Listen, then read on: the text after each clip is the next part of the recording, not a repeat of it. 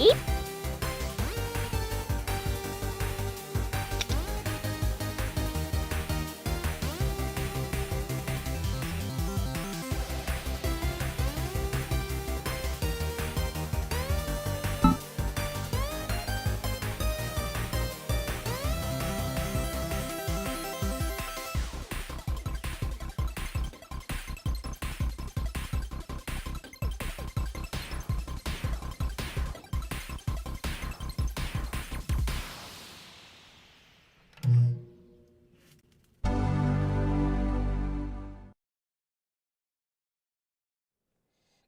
Hi, I'm alive still. What a way to start a live stream. Hello, everybody. Hopefully, everyone's doing okay. I am streaming here for the first time in a long time. I'm actually going to look up when the last time I was streaming because I don't remember. Oh, goodness. It was January 10th, over a month ago. Ooh. So I'm still alive. I had a very nasty flu that sucked all of my energy out of me, which was fun. And I mean fun in the worst way possible. So yeah, that sucked. Um, I'm pretty quiet. Probably because I haven't done this in a damn month. Hold please. Let's just fiddle with some knobs. There. I fiddled with knobs. So there you go. If I'm still quiet, it's my fault. We got a bunch of people in the chat today. Let's say hello to all the people in the chat. We have Francois. We have Colin of This Is Not Compute. We have Thomas Armstrong. We have Eric Helgeson. We also have Retro Fox. We have Gopherman96, who says, this might be the first time I'm actually on time for Mac 84 stream. You and me both. SJ Brian EXE is here. We have Ian Scott. Hello, Ian. We also have Sean of Action Retro, who likes my shirt for some reason. Bruce of Brankus Creations. Ryan of Everything's Broken Garage. Shh, don't tell people. And Shoal Fox is here. I'll just be lurking tonight. You can do whatever you'd like. That's fine. As long as you view the thing and push the appropriate buttons. So yeah, that was not fun, but I was sick for a while, which sucked. And my voice is just finally sort of getting back to the way it should be. If you'd like to hear a snippet of sort of what it was before, if you're a supporter of the channel via YouTube or Patreon, or you support Colin of This Is Not Compute via Patreon, you get access to an exclusive podcast. We're on episode 24. 25 will be released tomorrow morning. And the one that's released tomorrow morning, you'll hear some interesting noises coming out of my mouth hole. So, yeah. But anywho, I feel much better today. And we're going to archive some floppies because I went downstairs and it's cold. It's very cold. I don't want to be doing that. Anything downstairs for a while. So we're going to be up here today. And a few things to cover. First off, Sean, I was wearing this shirt to work a few days ago. And the camera for my workstation was sort of like this. So it was just, I love ugly. And then I had to like lift up the shirt and show everybody. So interesting noises is a good way to describe the podcast, Colin says. That indeed. I don't have a G5 plugged in, otherwise that would work well. I do want to show off a little goodie I picked up a while back. And unfortunately it arrived in questionable shape, so I'm going to have to test this fairly soon. But this is a very unique card from Super Mac, aka UMax, and it's a regular looking card until you notice this little dealie here. And those Super Mac clone motherboards had a little extra slot there, and this is a ultra wide SCSI and Ethernet combo card. Oh come on, it's like a 100 based 10100 Ethernet card, but there's a lot of like little rust and grime bits here, which is like and so I'm gonna have to clean this up. I don't think it's really affected much other than like the very edge there. But this shipped all the way from Germany in as limited packaging as possible for the price I paid for this thing. No anti-static bag. It was like shoved in there with paper and a plastic bag. So hopefully this works. But it is a very unique card. I've only seen pictures of this thing. And so I'd like to see how it works, and it's called the Mercury card. There's also like a number to it, but yeah, it's pretty neat. And I've always been on the lookout for it. So excited to play around with this. Hopefully it'll work, because if not, I'll be upset. How wide is it? So yeah. So that will be put on the side of the desk where I will promptly forget about it. What else did I grab? Well, I ordered a Mac Mini to replace the streaming computer downstairs, which is being a pile of crap recently. It doesn't want to work at all. And that's hasn't shipped yet, but hopefully that'll come in a few days. And I can actually stream from the basement again, because the Mac Pro just locks up at random. I can have like Firefox open and like iTunes open, and all of a sudden it just locks up. The music will still play for the remaining track. The time won't continue in the corner of the screen, so I know it's really locked up. And then, you just have to hold down the power button, after you're waiting for a while. So hopefully that'll arrive soon and will alleviate all the issues that I'm having right now.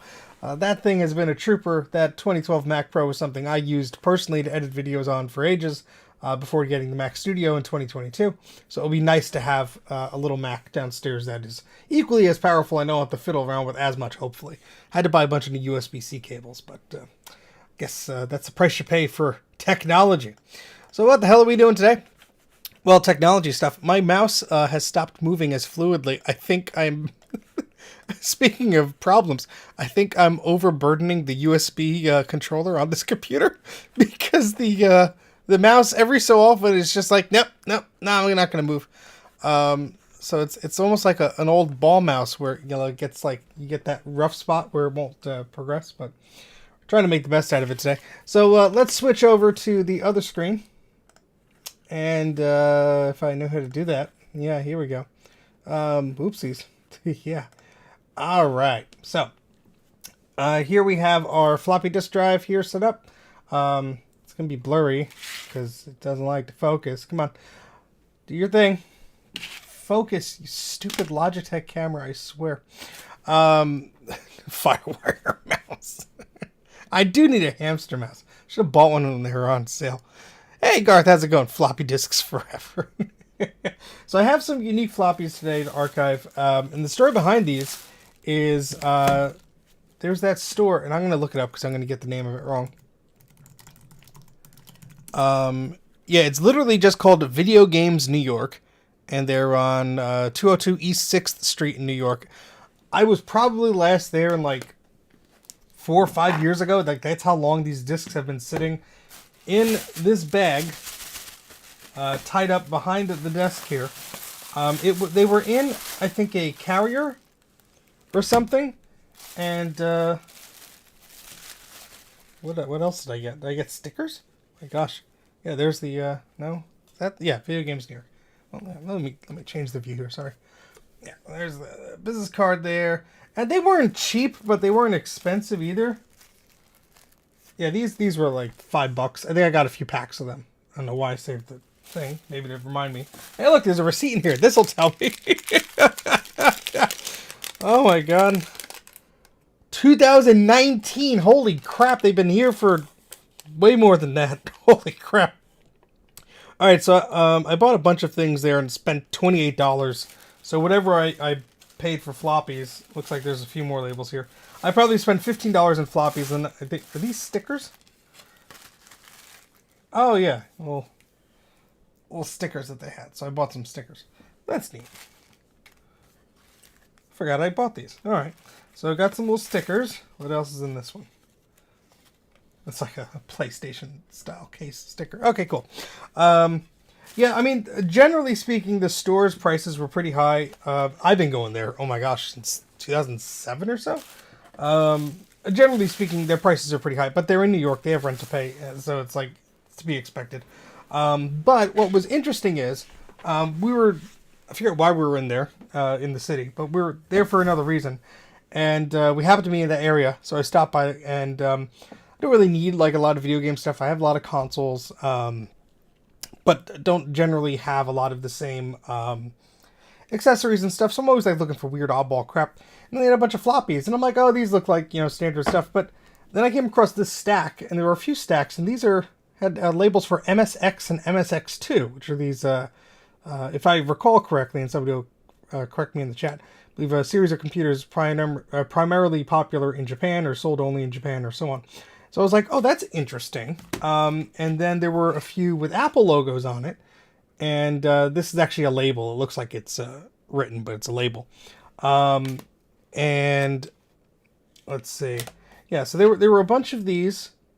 And so that piqued my curiosity. And some of them seem to be like magazine discs. And just like random 2, you know. So there's a bunch of different ones here. I think a few are for the Apple II. Yeah, this is a GS font editor by Beagle Bros. Totally legit copy. Tetris. Clip art gallery. Here we go. So I'm going to just try and archive these. We'll see what archives, see what doesn't. I was curious if these MSX discs can be read at all. Apparently the applesauce reads them as IBM MFM format. So I think we should be okay there. I did do a test archive. I hopped into a chat with my friends Jason, Tom, Ryan, Joe, Sloopy, who else was there? I forget. Just a few minutes before the stream, and tested one of them. So I did archive this Disk Station one, and I think it read most of Tetris, but we're going to try Tetris again. So let's go back to the screen here. Sorry, let me catch up on the chat. Squawker Squad. I like that. All right, so let's put this in. Why are you not focusing? This is like a 4K camera, a stupid price camera. Just like, come on. There's my great. Come on, follow. No, I'm not gonna do it. Oh well. All right, so we have the disc in here. I'm gonna click on image. I know the UI is a bit small. Sorry, folks. It's just the way it is on my screen. So FAT12 format. FAT12. I have trouble focusing too. If I open up like the Logitech software, I'm pretty sure the whole computer is going to just be like, "What are you doing? You can't do that. We're live." I guess I don't have the Logitech software installed. Oh well.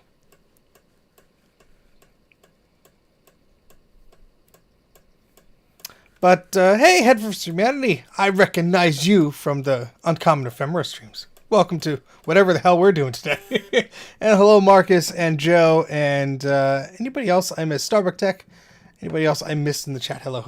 All right, so we have one bad sector here. There's a little red dot that you see right here. I'm going to retry that.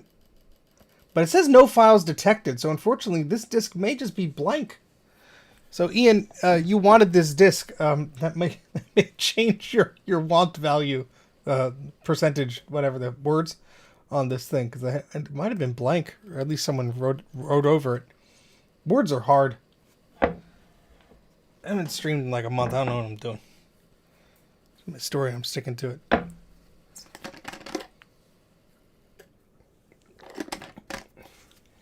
Well, I don't think that one sector is gonna give us much of a difference here, unfortunately. Wow, way to spell Tetris. So I'm just going to save this as like a partial thing. Who knows? Not sure if there's anything that would prevent me from seeing the data on this. But yeah, that's weird that the mouse keeps cutting out like that. That's sort of concerning, but what are you going to do? All right, so this one I already archived. This is this, I believe it just translated into Disk Station, which it says on the back too. Disc magazine, MSX2 disc magazine. So of course that makes sense. These are floppies that were likely attached to magazines. So I archived that one. I did not archive this one, which looks like it goes in a pair. So if this camera wants to focus, no camera wants to focus today. What the hell? So let's see. Let's just check the door. Looks okay. Put in our little floppy majig. And let's see if this disc wants to image without problems. It's making some noises. Some unhappy noises.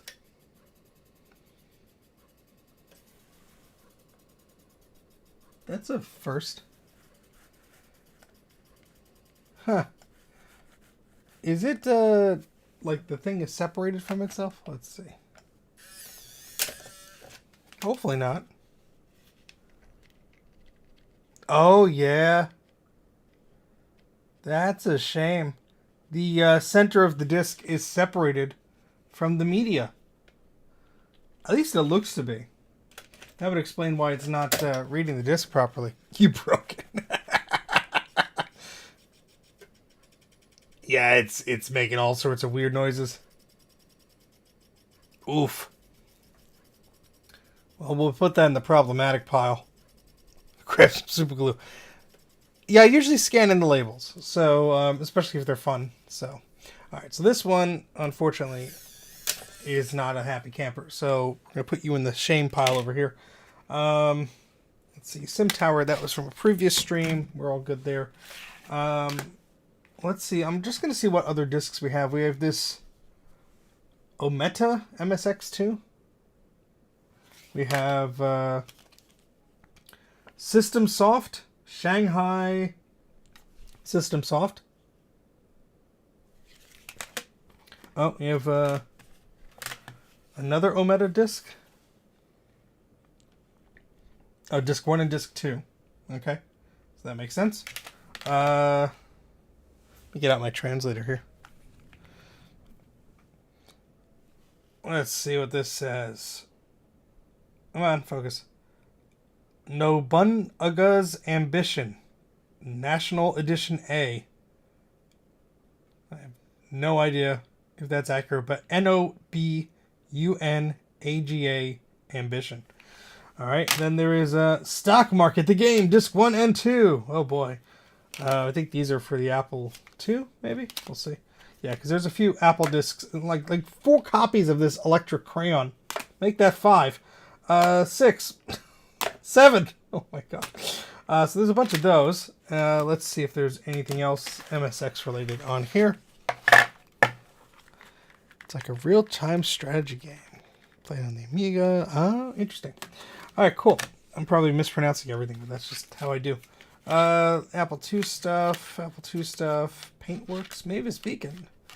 Learning Company. Paperboy for the Apple II. Yes, that's interesting. The new talking Sticky Bear alphabet. How about that? Oh, look at this. Look at this. This guy took his time to pirate his discs. Look at that superb copy job there. That's beautiful. All right. Another one of these. Like, really? Does anyone want copies of these? I got like 4 of each, I think, right now. Gertrude's Secrets? Interesting. All right, so the rest of these look to be Apple II related, but let's see if we could do the rest of these MSX ones first. Starting with this Shanghai one. So let's put that in here.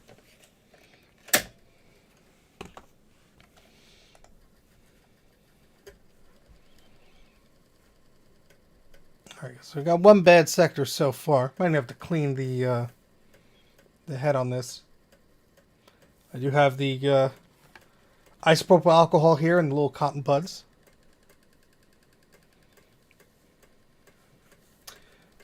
Very disappointed in how this camera is just not doing its job here. Like, come on. What, are you focusing on the floor or something? I mean, like, are you too close to the subject? Like, I don't know what you want here. No, kind of. Come on, you stupid camera. There we go. My goodness. Making all sorts of farty noises. All right, so let's let me just switch this here, because if I, oh my gosh, I can't even move my cursor. Something's unhappy. It might be this camera. Who knows? All right, so let's make that a little bit bigger. All right, so we have a few bad sectors. Going to hit retry here. And if that doesn't do it, we'll clean the disk. It's a shame this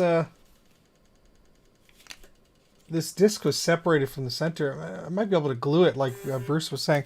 I'm not sure if these discs are sensitive. Like some of them, like if they're not on the spindle right, it like really screws it all up. Like they're what is it, hard coded, or the sector is like mapped a certain way or something. Some words. It's farting. My goodness. All right, so let's eject this real quick, and we're gonna clean this drive. I don't know the last time I cleaned it, probably months ago. Whenever I was cleaning floppies, I think that was when I had some time off of work. That was nice, except I got sick twice during my time off. That was not fun. Burned through my vacation days to be as sick as a dog. All right. that should clean that up. Let's try this again.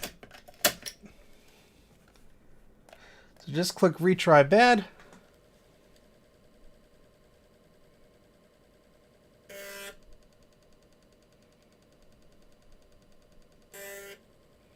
Come on, baby.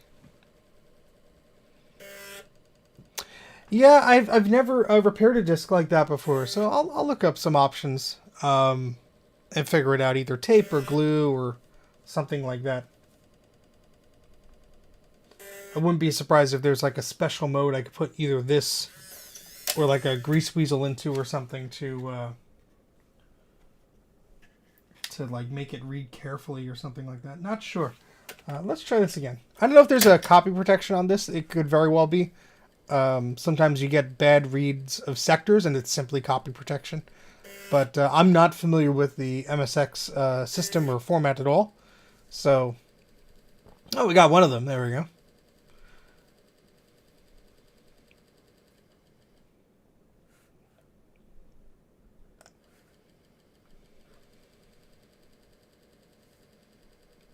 So it's at the very start of the disc.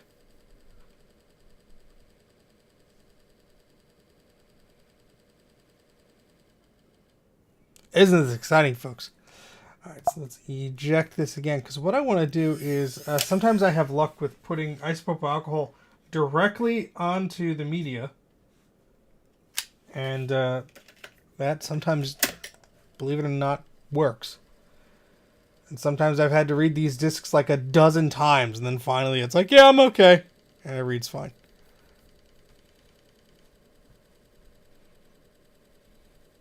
Yeah, I haven't had to use the Windex method, but certainly I've burned through lots of isopropyl alcohol. I do have a second floppy drive that I use as well. This is a high density drive. I have a second that's just a low dense, 800K Macintosh drive. And this setup is applesauce. It's specifically meant for Macintosh disks, although the software is quite robust and it can read Amiga and Windows and all sorts of other things. So I just tend to use it because this is what I have set up here. I use the modern computer. It's fairly easy to do. There's a nice GUI app. I don't have to mess around with any command line stuff, which I'm prone to failure at. So usually it's pretty good. So either there is damage to the disk in that one particular space, or there's some sort of copy protection on this format, which could very well be the case. I have no experience with these systems.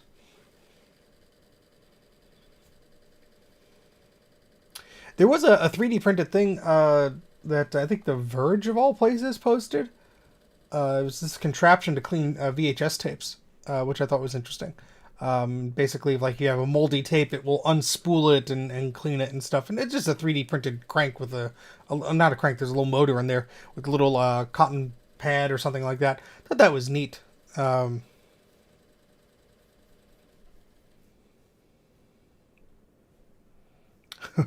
I'll have to put this in the other pile with the other one, so we don't have to spend too much time on it. But if this one doesn't read, well, at least we'll put it in the shame pile for later.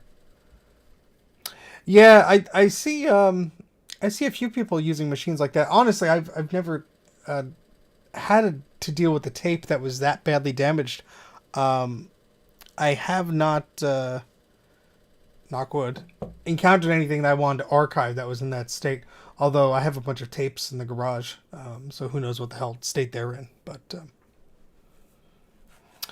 oh, Colin says, if you want to learn more about demolding tape media, check out video99.co.uk's channel. I will check that out. Hey, Veronica. Mystery! We have some MSX computing discs here, which is interesting. Oh, I see. This person's name is also Colin? That's suspicious, Colin. Do you have a second channel we don't know about in the second life? And a second reserve of energy to do such things? Okay, so this is partial. I'll just save it just because we had a pretty good read on it, except for one sector. There's an error in one file, which is 11 bytes MSX-DOS, so maybe just some metadata. But that's okay. So we will eject this for now. And look at that fancy disc label. Oh, hey, Gupom. Nice of you to join us. Waiting for Windows update.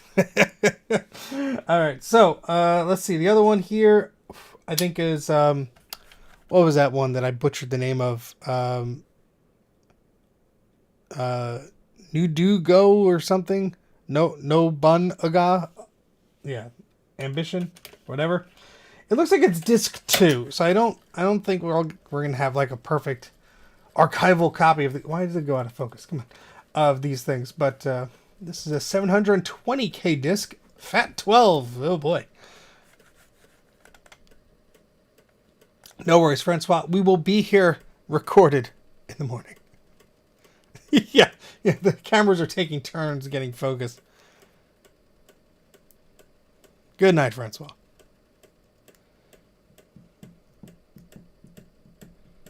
Priorities. All right, this one seems to be happy. Ah, I jinxed it right at the end. Let's try again.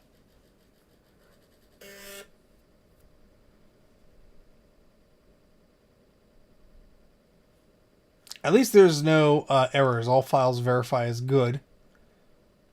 So technically, we could save this without much trouble. But, it's nice to get all the blocks green.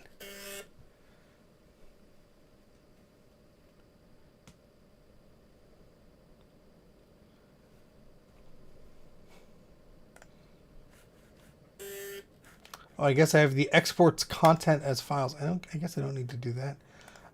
Yeah, so this was, what was it called? No Bun.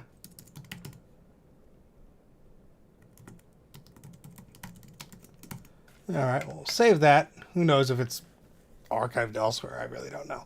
But at least doesn't seem to be any data loss on there.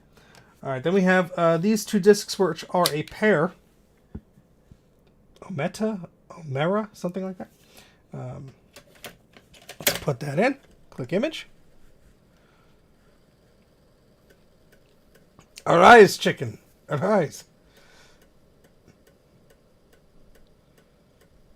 And I mentioned it before, but this silliness that's going on in the chat is very similar to the podcast that Colin and I have on our Patreons. It's also on my YouTube membership, so if you support the channel in any way, you get access to this exclusive podcast. And if you support Colin's channel, this does not compute. On Patreon, you get exclusive access to the podcast as well.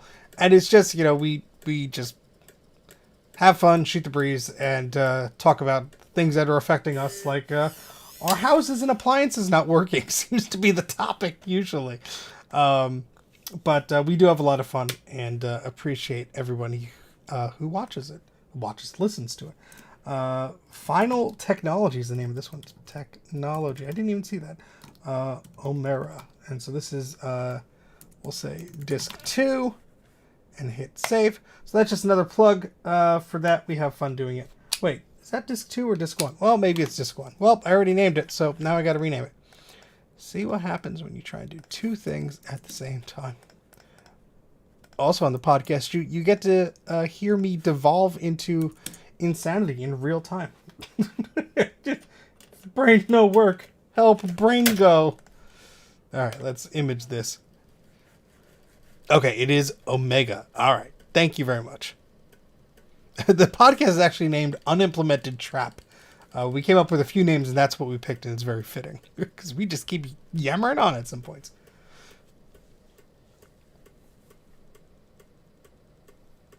Yeah, I was saying that earlier, Carl. Welcome to the stream. Yeah, sometimes the bad blocks can just be copy protection. But as long as, again, I'm not familiar with the MSX disk format or the system or anything like that. But as long as most of the contents are checked and they seem to be okay, we should be all right. And who knows? All this stuff is probably archived anyway, but you never know. All right, so let's retry that bad sector. Seems to be like one bad sector. There we go. Look at that. Now it's happy. All right, so this is disk 2. Whoopsies. And we'll correct that, and we'll fix that later. Okay, so those two are done. I think that's all the MSX games, except for this mysterious 2. Let's see what the hell this is. Any bets on this, folks? Sounds like rust on the metal little thingamajig. Let's see what format it's in. Fat 12. All right. Untitled. These don't seem to have disc labels on them, but we'll see what's on it. 2. The disc that comes after 1.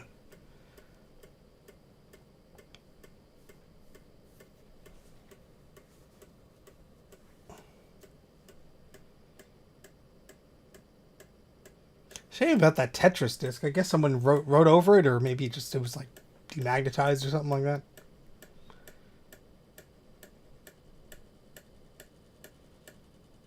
Oh, there's one sector at the end again.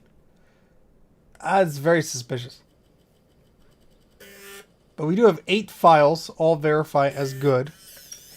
And look at that. All right, so let's see what the heck this is. S main. All right. So S main and then waku.pac, map.character, pack.data. All right, so there's some interesting stuff. I'll just name this as 2, and we'll save that. So at least that has been archived as well. That's what everyone keeps guessing, copy protection, but I read it again and it's fine. So I mean, it can't be that protected, can it? All right, the stock market, the game. TDC Distributions Incorporated, 1987. If you want to play the game of the stock market, what better way with an old computer? Atari ST disc detected. 360K SSDD MFM encoded disc. That's a first.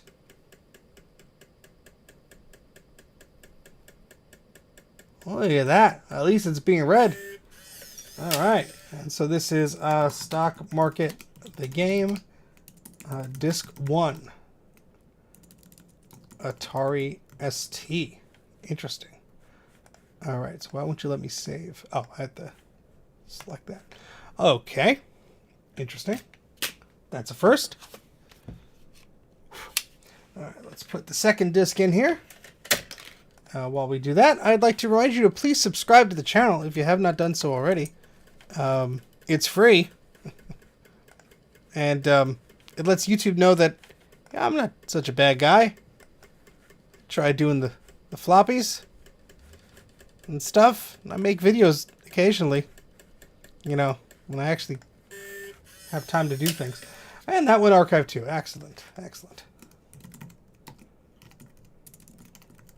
And like the video and all that YouTube-y stuff. All right.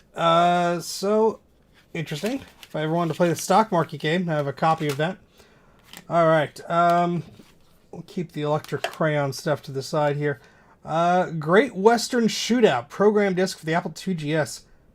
Sector copy, good, with a little check, and then it says nibble copy.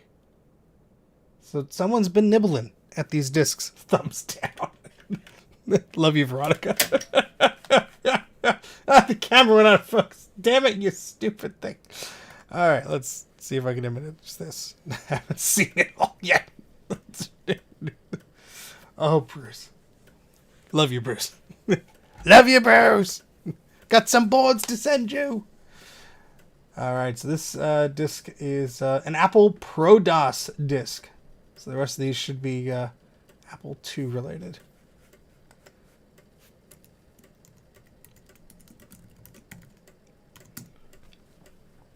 Sometimes I just label Apple IIgs at the end of this so I know like the disc format. Bad sector.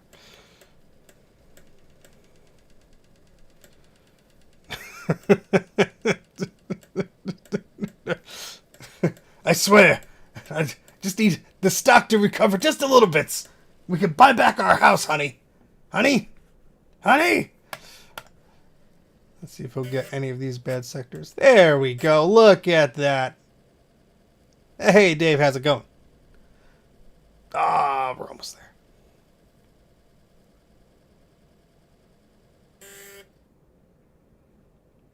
there. Yeah.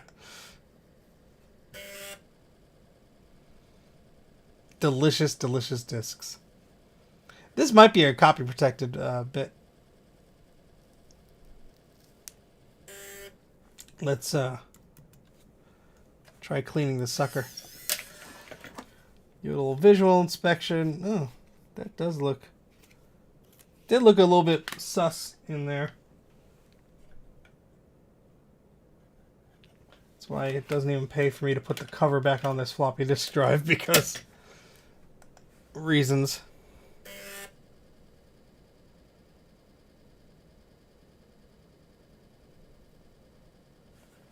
But all the files do verify as good. Again, sorry for the kind of small screen here. I'm going to save this, but I'm also going to do a flux image of it. And this is the way you would go if you know a disk is copy protected, and it really is the best way to archive these disks at a flux level. I'm not going to pretend to understand all the ins and outs of it, but there have been some very early Macintosh disks with copy protection, like the original version of Microsoft Excel, that I've run into issues with. And this was a way to archive that properly. And one of the ways that disk worked, which was very amazing that it was not ever installed on a hard drive. But if you chose to install it on a hard drive, it would install it on your hard drive, and then it would modify the original installation media to tell it that it was already installed on a hard drive. So if you attempted to do it again, I would assume it would flag some error or prevent you from doing so. You'd have to follow some cockamamie procedure. But, yeah.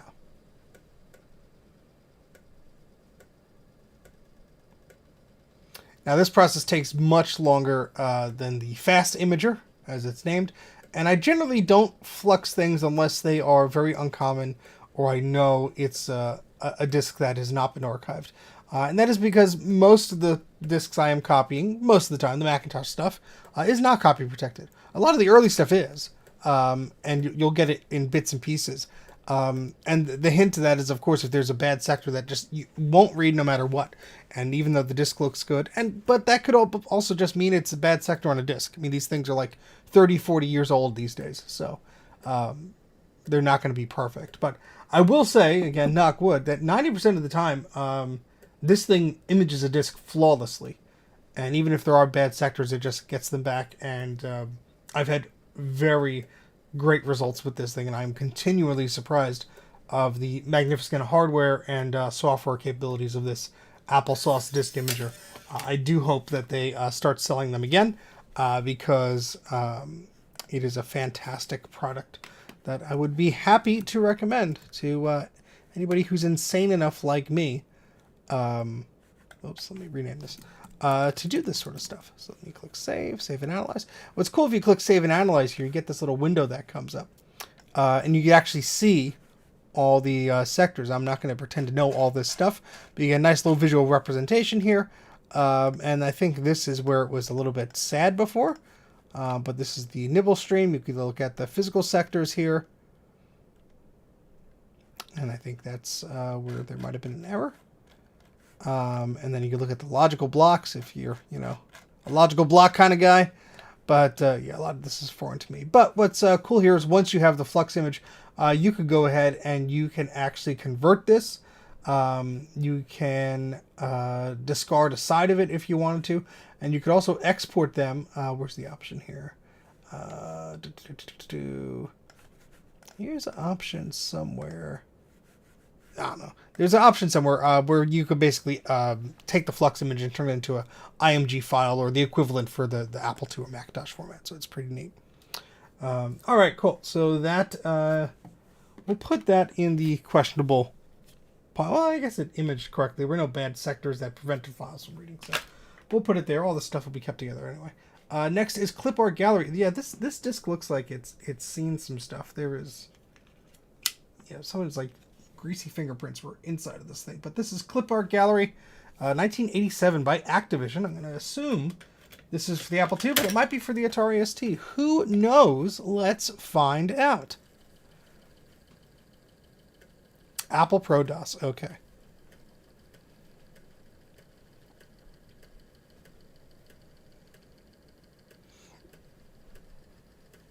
Hey, 386SX. That's the way I'm going to refer to you now because otherwise it takes twice as long to say your username.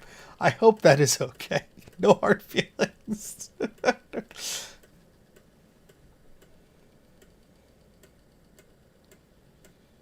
And don't worry, I'll forget my shorthand for you next time you join the stream. I got bad sector. That's okay.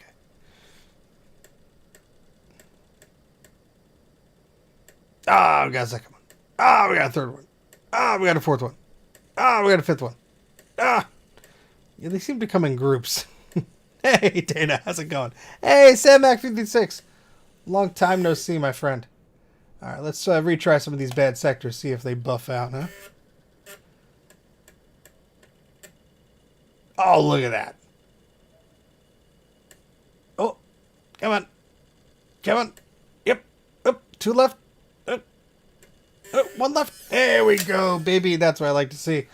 All right, so this is clip art for the Apple 2GS. Gonna hit save there. Put that in the pile. Next we have is a GS font editor by Beagle Bros. Now, a lot of this stuff is probably already archived, but you never know. All right, image of the disc. Hello. Dana does it much better than me. I must accept the consequences.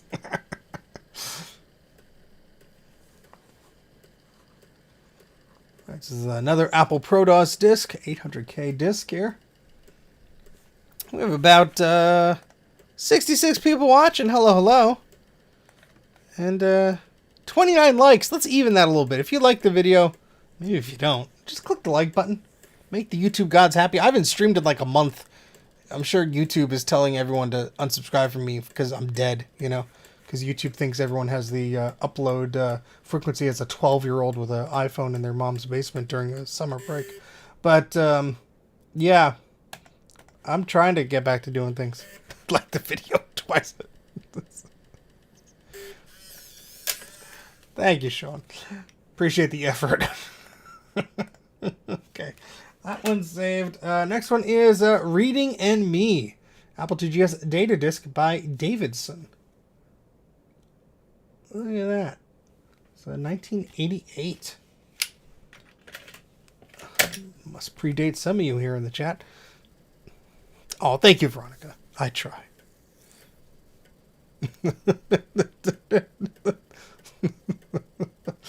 Oh, you're all amusing in the chat. You had the creeping plague. It certainly felt like that. I still cough when I laugh pretty hard. So I'm sure I'm just dying internally. But yeah, that flu was no joke. I was on my ass literally for like 3 solid weeks. Fun times. I like how this disc is next just named R2. If this is really a reading disc, is that like the best label to put on these things? Teach the children that? I got the bird flu. Let's hope not. That would explain a lot. All right. Phrases, alpha words, letters. All right. So I'll just name this Reading and Me Apple 2GS. Save. Oh, we don't have to export the contents as a thing. That's not going to really be useful for anybody. Sliphead, disc 2 of 2. Let's see if there's a disc 1 in here. These are all copies, but oh, we have Reading and Me, another program disc. What the hell? It's the same thing. Who likes Reading and Me that much? The label is inverted, but all the information on the label is the exact same damn thing. Well, this one has a little gunk on it. Might be mold or something. Well, we'll see. At least the other one was all right. Yeah. 100 million chickens. Yeah, as a vegan, I murdered all the chickens. That's what I do in my spare time. The long lost Sonic CD level. Let's see. Come on. Oh, yeah, this one's not happy. The flux drive.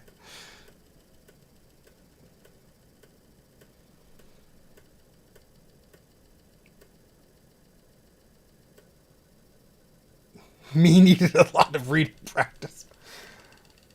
Oh boy, yeah, this one is not particularly happy. It might be a moldy disc. There's a system disc. Ooh, Math Rabbit. Storage disc. Includes sample letter. Paperboy. Print shop. Was there a disc one? You know, the problem with that store, I got the feeling that they just took discs and they just randomly put them into piles, although I just found something to prove me that that's not the case. And it could very well have been the case that, you know, they just separated things because I couldn't afford to buy all the things there. But we did get I did find another one of these slip heed, I guess it is. But there's 3 discs in total. Let's see what the heck is going on here. We have a sector copy, and we have a standard copy. Okay, so this guy made a copy twice for reasons. Let's retry some of these bad sectors. I'm sure there are reasons behind it. It's for nerds or something. Yeah, I have the disk drive exposed, so I've been cleaning the heads a little bit here, but we will continue to do that if it's getting all gummed up. Poor little floppies. Been neglected for all these years. Yeah, they don't really do that, so I was surprised to see discs there, because I've been on there for... Well, whenever I'm in the area, it's like, oh, you're by Astor Place? Oh, go to the video game store. You know, you're waiting for a train back to New Jersey, go to the video game store for a bit. So I've been there a few times, and I really haven't noticed the discs, but I necessarily wasn't really looking for them at the time. But they were, you know, they had a few of them there, so I'm like, okay, why not? And that was in 2019, according to the receipt in the bag. My goodness. They've just been sitting behind a monitor, like behind here, for me to archive one day. And I'm finally getting around to doing it, so. There you go. It's making pretty good progress here. We'll clean this off. Maybe that'll make some of a difference. But I'm really not too familiar with the Apple II side of things as far as disk copying and stuff. I know some disks were copy protected, so you used like Locksmith, I think was one of them, and a bunch of other utilities like copy disks and junk like that. But I'm not really super familiar with like all of the methods for doing so, and why one method would be preferred over the other, or what the go-to would be if the disk is protected in this way or that way. So I'm just simply not knowledgeable about that stuff. I did have access to Apple II systems in middle school, but really did not play around with them as much. They just had like some games on there. I have an Apple II now. Would love to get into them more. And Bruce is saying Copy 2 Plus. Yes, that's another one. That's a very popular one. CPU temperature in the menu bar, 84 degrees. It's not really that high. I mean, it's Fahrenheit, so it's M1 Studio. It's pretty not hot machine. We're not really doing much to it at the moment.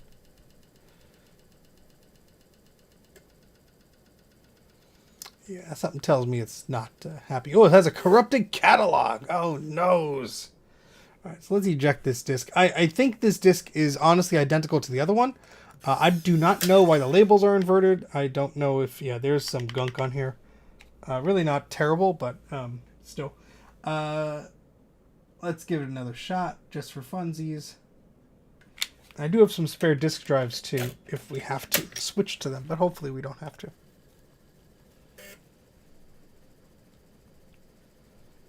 Ah, there you go, Bruce.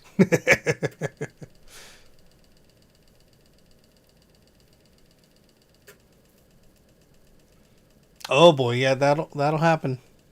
And I'm gonna mispronounce your name, Chiron. Sorry if I'm mispronouncing that, but yeah, that's a bad thing to happen. In fact, I did get an extension cable for this setup because behind the disk drive there's a little ribbon cable, and it connects to the DB19 cable that goes into the back of like a Mac 2 CX and so on, and that plugs into this applesauce device. But the cable was so short from the circuit board to that I wanted an extension cord, and I got like a 6-inch one. It is keyed, so I don't have to worry about that. But Kieran, is that better? I'm probably still not pronouncing it correctly. Sorry. I'm from New Jersey. I say everything bad. That's my excuse. No, yeah, not 84 Celsius. I have another friend named Kieran, but he spells it completely differently. So, Kyren. Okay. Well, that would explain why he spells it differently. Because it's a different name, you dumb Steven. Alright, so it's I don't know if it's really worth to do this because we did copy the other one over correctly. If only there was some indication. I guess I could look this thing up. Reading and me, Apple IIgs. Let's see. Well, somebody already archived it. Download disk image 600K. So it looks like there's just the one disk image. And if I look at the Internet Archive,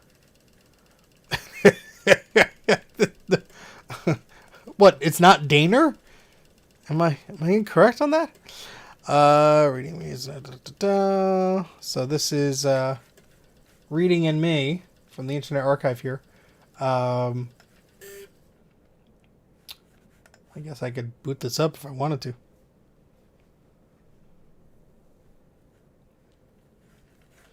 It's great that you can just emulate things in browsers these days. Freaking fantastic stuff.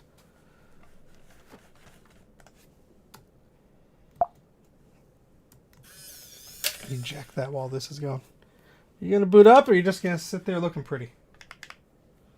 I'm fine with either, but people watching the stream might get bored. Your Highness. Yeah, okay, buddy. Oh, there we go. It's doing stuff.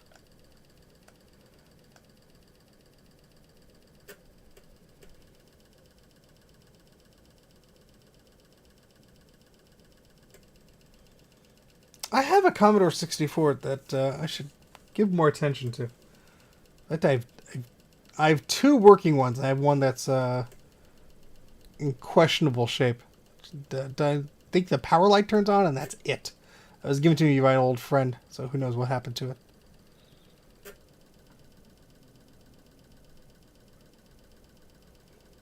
Oh boy. Let's enter in Dana in honor of my friend.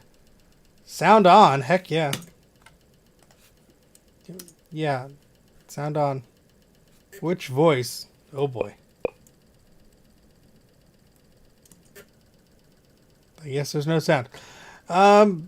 Ooh. Alphabet.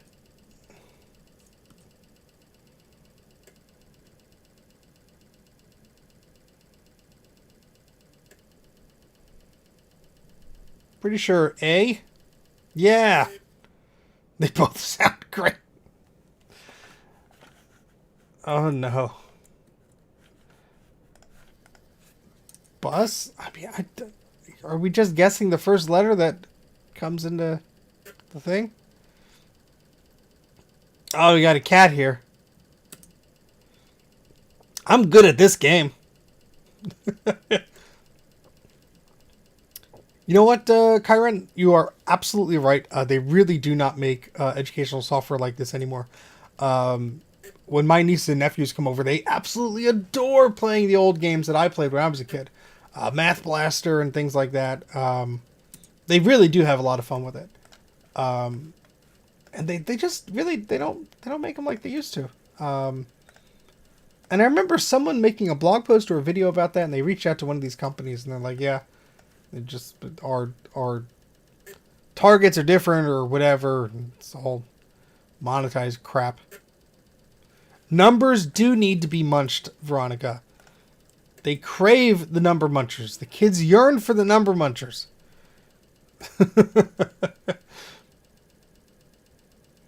Well, I remember a few Christmases ago, I think it was a year or two ago, I had bought it a while ago, and it just sat in the attic or the garage. Look at that. I did part of the alphabet. And it was the Sega Pico system. For those of you who don't know what that is, it was an educational, early learning kids system that was sort of like a book. And you opened it up, and there was a cartridge port at the bottom, and you plugged it in and you had a video out display to your television, but there was a little pen apparatus and sort of a drawing tablet on the bottom part of this dock that you plug the cartridge into. So you'd flip the page like a physical book, and there would be a drawing area and some buttons and so on, but you also had the screen, and so you could draw on the little thing and it would show on the screen, and the kids loved it. They absolutely loved it. And it was something they really had a lot of fun with. They were actually fighting over who got to play it next. All right, so we have part of a catalog here. Let's see if we can compare here. And if it's the same disc, I will leave it alone. Looks like we have ProDOS. Where the hell's ProDOS on here? I do not see that. Okay, so this might be a different disc. Do we have phrases and Apple Talk, Chooser, Finder? I think somebody wrote over this. Wait, no. Seals, train, words. Yeah, that sounds about right. Okay, so this looks to be a different thing. All right, let's keep trying, I guess. 'Cause now I feel bad. I was like, it's the same thing. We're not going to archive it. Who knows?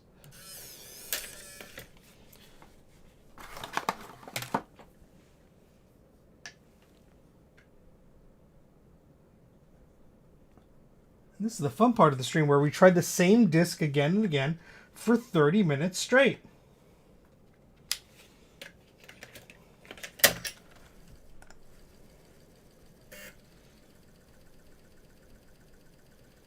Market opportunity. Action Retros Games with a Z. Kids Games. Oh, look at that. We got rid of some of them. See, dousing things in alcohol helps. Remember, kids, just keep drinking.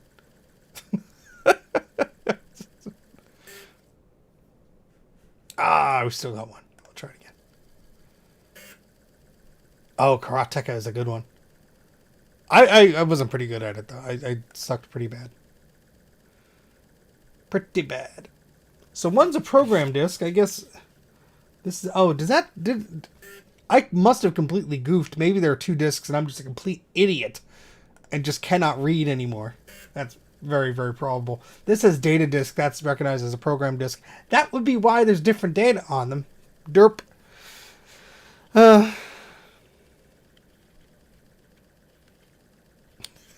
Veronica, that's awesome. And someone in the chat probably told me the discs were different, but I'm just an idiot. And yeah. Come on, there's one more sector. You can do it. Why isn't the cursor on my computer like failing to work? This is odd and concerning. I just bought a new computer. I don't want to have to buy a new mouse.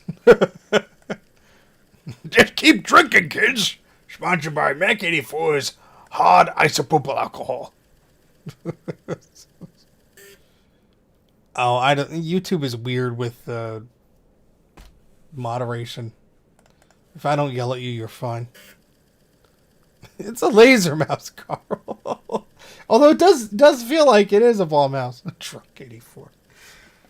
Go to watch my good friend Bruce Abrangus Creations. He does his wine streams. He gets drunk enough for both of us, and I mean that in the best possible way. Love you, Bruce.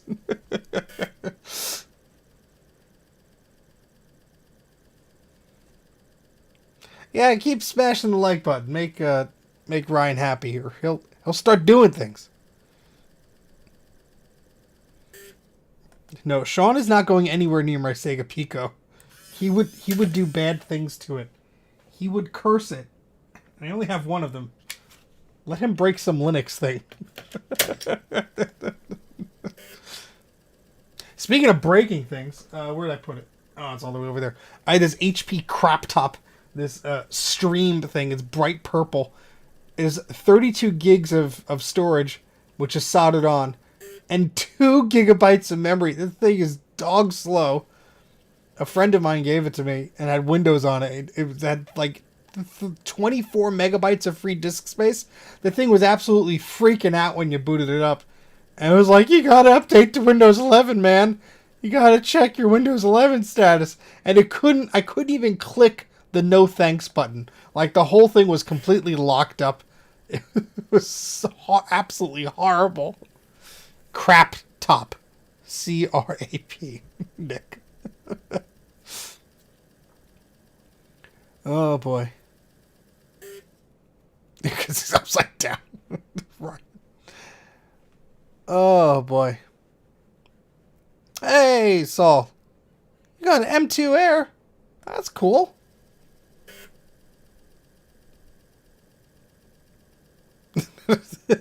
Yes, and that's what I'm streaming from. Although, so Sean did convince me on that laptop to install MX Linux, I believe it is, which is good. I mean, it still takes a while to boot up.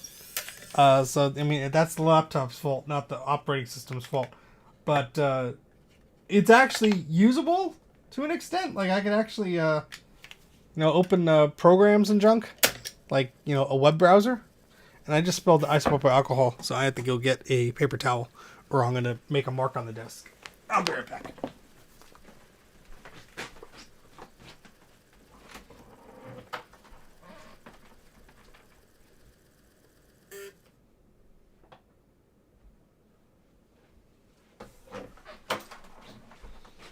Toilet paper to the rescue.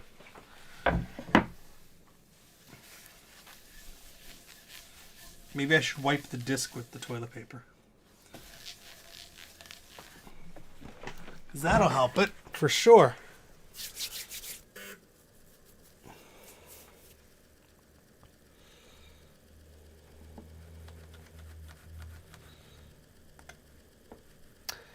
Alright, so any of these spammy people about Mackie stuff, you're gone. So you're hidden on the channel, and any usernames or anything you start to make or anything to do this again, you just stop. Just stop. No one's listening to you. You're just going to be hidden. Bye. Alright, so let's just keep retrying this thing. Just for funsies.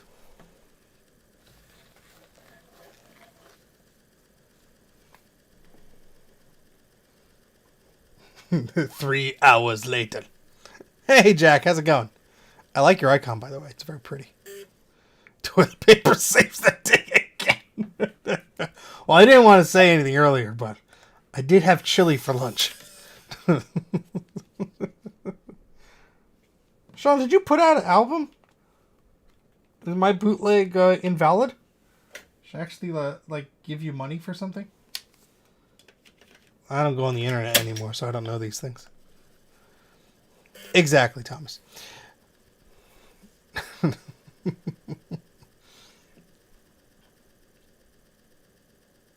I don't think this sector's happy. Sean, I hope you released your album on zip disk. Please tell me you put it on zip disk. or super disk. That'd be fun. I think this disk is done, but it's only one sector. All the things read fine, so I think it's okay. So we're going to eject that, put it in the pile, and move on to the new Talking Sticky Bear Alphabet. Dun-dun-dun. Right, so let's try and image this bad boy. It's a CD of zip disk noises. Holy crap, that's a lot of bad sectors. It was just like, Murr. See, Sean, you made it upset. You made it very upset. Tom. Bad, Tom. Bad. You should put it on a MIDI disc. That would be cool.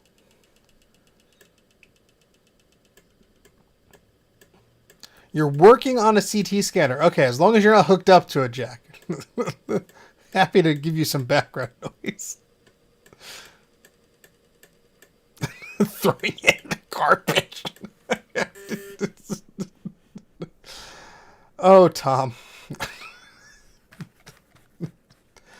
Tom, it would be such a shame if I accidentally banned you from the chat.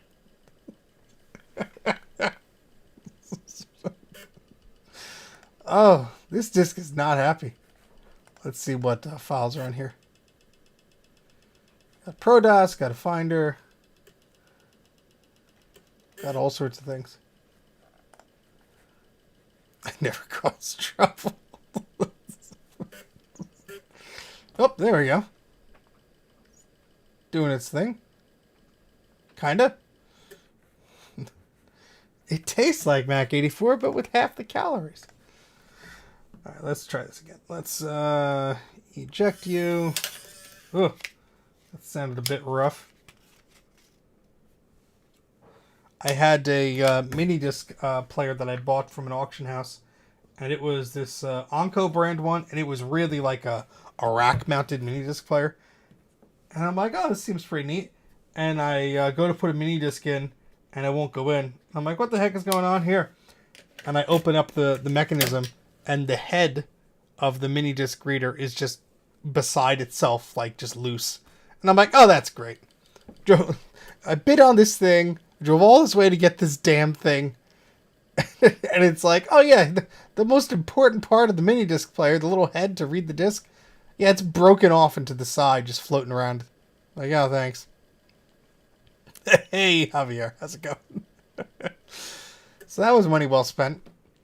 And of course, it's still kicking around in the basement because, like, you know, reasons.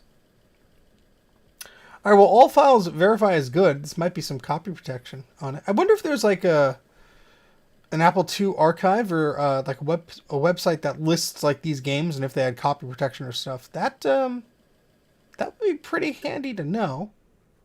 Especially because I'm just not familiar with this stuff. But tastes like Spindler. There was a Lego inside. Oh my. I once bought a Laserdisc player at a flea market, and it was in the summer, and I brought the Laserdisc player home, and I went to eject, and it wouldn't eject. And like, it was sort of catching on something. I said, what the heck is going on? So I opened the Laserdisc player up, and there was a CDR stuck on the, I forget what they call it, but the mechanism that sort of clamps the disc and hold it. It was stuck on there. So, of course, I was able to wiggle it out, and then the player worked fine. But I was like, okay, it's weird. Yeah, hell yeah, Shulfox. Keep the Lego as a memento. Banish it into the sun.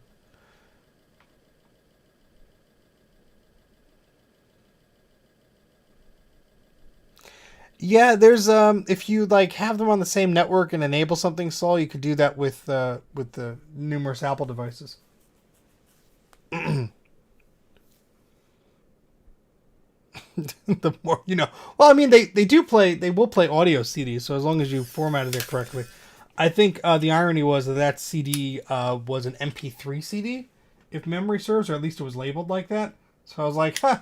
That's probably why I got the device so cheap, because they thought it was broken. It was like $20. Macs and iPads. Yeah, see, I'm on the previous version of the Mac OS because I'm lazy, and also things are working, so I don't want them to break. And it seems to me every time Apple does an OS update, it's like, what bugs did they forget to fix this time? Oh yeah, SMB networking is still garbage. And spinning hard disks still go to sleep instantly after you stop using them. Like, weird crap like that. So, why don't you come over here and tell me that to my face, Tom?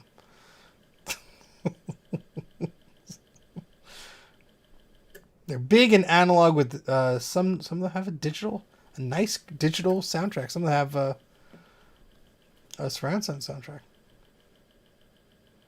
Oh yeah, I have a bunch of those CDs. Tom's gonna be knocking at my door at like 2:30 a.m. Steve, you said I could come in. Open the door.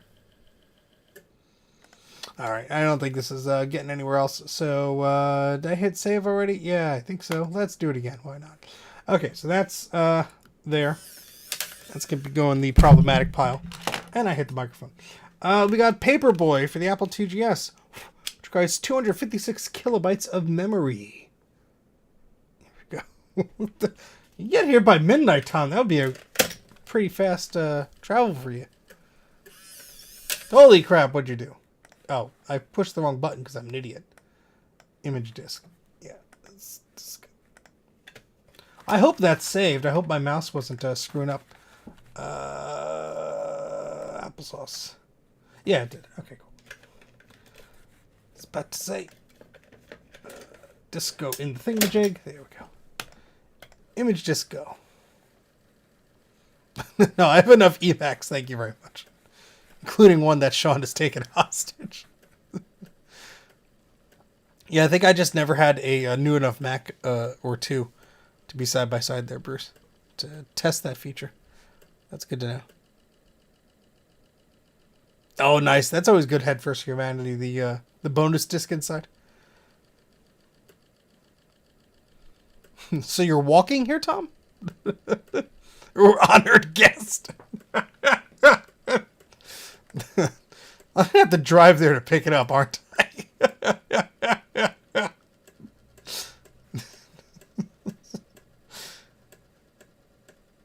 The disc is just labeled P.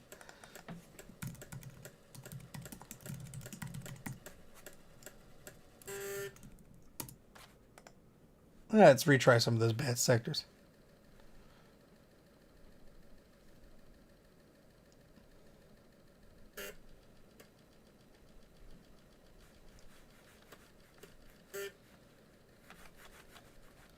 Usually when I get a video game console and has a disc in it, it's some dumb sports game that I would never play. So that's usually my luck. Ah, one more.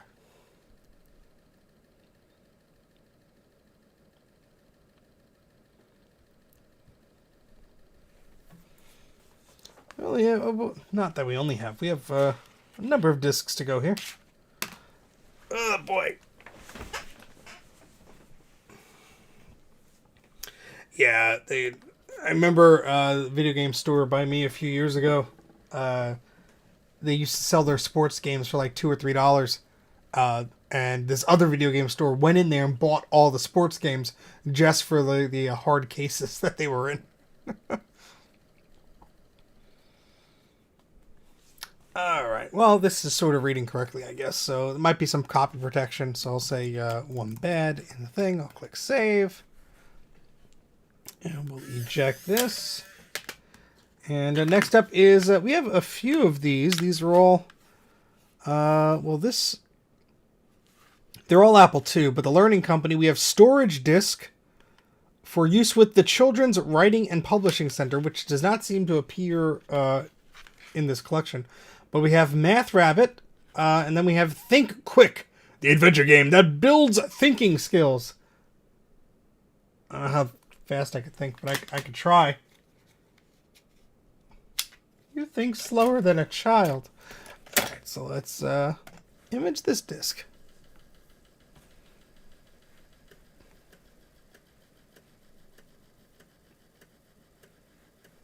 Well, I'm just saying, I usually get like I think I got a Nintendo Wii, and there was some I think it was a Madden disc or something. No, it was, I don't know what it was, but it was some sports game, and I'm like, well, I have no interest in that. I will mail you the disc up, and you could play with it. I mean, I had fun playing them back in the day. I remember playing NHL 93 and 94 with my brother, RBI Baseball on the Sega Genesis. A bunch of fun ones. I just don't really have like interest in a lot of the modern ones, because I think when I think back to the earlier ones I played, they were very arcadey like. I mean, NFL Blitz was fun. Like, if I'm with like friends or family playing them, like, it's fun, but it's not something I'll go out of my way to. Like, oh, I got to pick up the latest so and so, because I'm not an athletic. Spoiler alert! If you haven't noticed, I'm not really an athletic individual. I'm not really into the sports. Oh, we got that same sector there. Yeah, that might be a protection thing. Would not be surprised.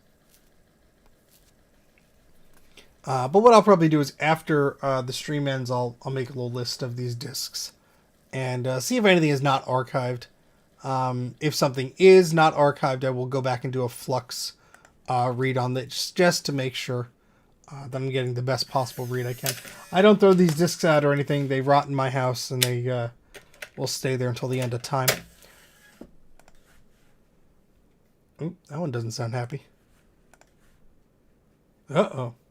Motor failed to reach proper speed. There appears to be an issue with your drive motor not reaching proper speed. All right, let's eject. Let's give you a little bit of a pat there. Oh, that sounded rough.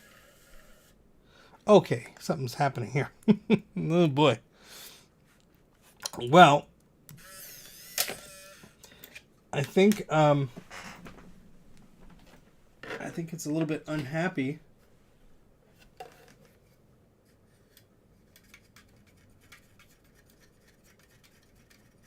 Let's give it a little bit of a spin there. Let's try the previous disc, just see if it... Alright, it's making normal noises, I think. Okay, so let's stop that. Let's eject. Let's try the other one. It might be a bad disc. Yeah, that does not sound good.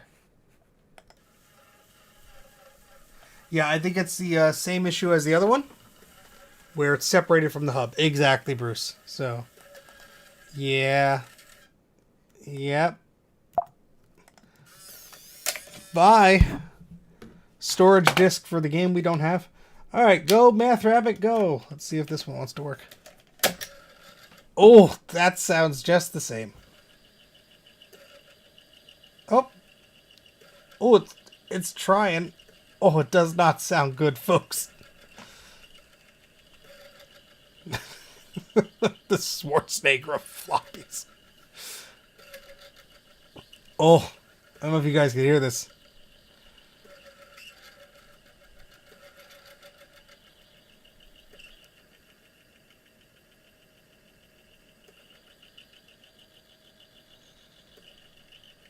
Poor Math Rabbit. I'm sure it's archived elsewhere.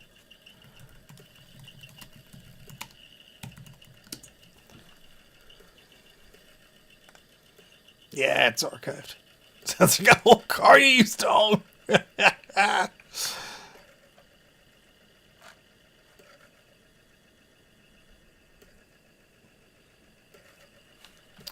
Let's see.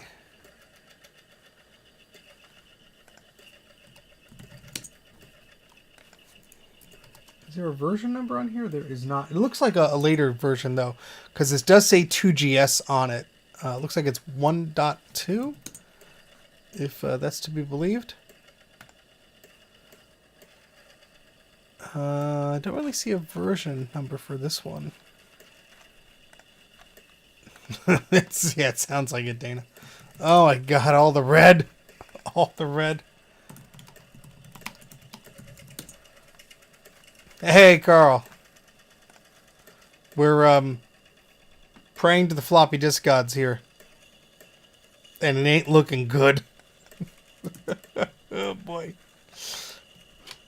Where the hell's Mike? I yelled at him to come into the stream hours ago. Alright. Let's eject this disk. We have 30 files detected with 7 file errors. And let's just douse this in alcohol here. And pray.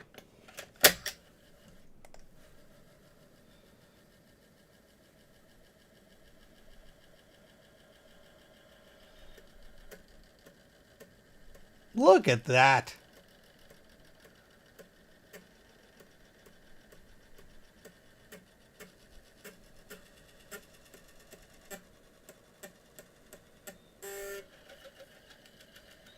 That one sector must be some sort of file protection type thing, which makes me think I do have to redo these. But yes, this is the same floppy, and it just went to town. It was like, yep, I know how to fix this. Thank you. That's the magic of cleaning the disk head multiple times per disk. And just layering some alcohol onto the media itself.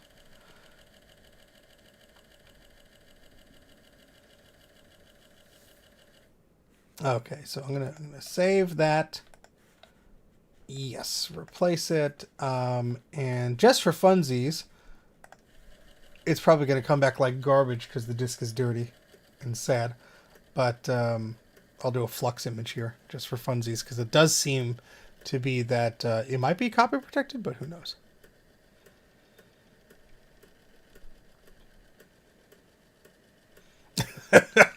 Copious amounts. All right, so what else we got here? We have a handful of discs. Well, at least a dozen left. System disk backup. We might not need to do that one. Print shop. Copy 2 Plus. How about that? Gertrude Secrets. Print shop graphic library special edition. AppleWorks 2. Mike's Disk. Fantavision Data. Whatever the hell that is. Publish It 2. WordPerfect 2GS. King's Quest 4. Disc 3 of 3. Learning Studio. Data for WordPerfect. Oh, yeah, Reader Rabbit on here. Tour of Apple GS. Dolphin backup copy. Mavis Beacon teaches typing. Paintworks Plus. And that sliphead stuff and that electric crayon stuff. What is Fantavision, Bruce? You could tell us then. It does sound sus, Dana.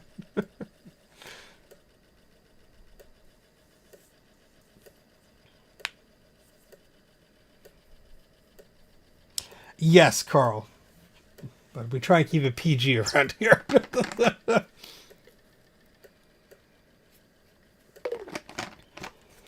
Hot dithered action is all I'm about to say.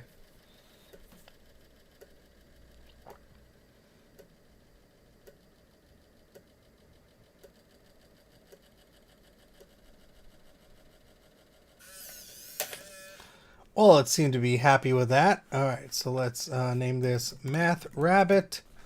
And it's for the Apple II. I'll say, what does it say? 2C slash, well, it says 2GS slash 2C. So we'll save that and put that in the file. Next is Paintworks Plus for the Apple IIGS. Let's see how this works. It was a basic animation software. Well, that sounds cool. There might be some animation on there. Saved by this individual named Mike. Hey, Lord of Nothing. Long time no see. Well, speaking for myself, I haven't streamed in a month. Bad sector. No. Yeah, well, here we go.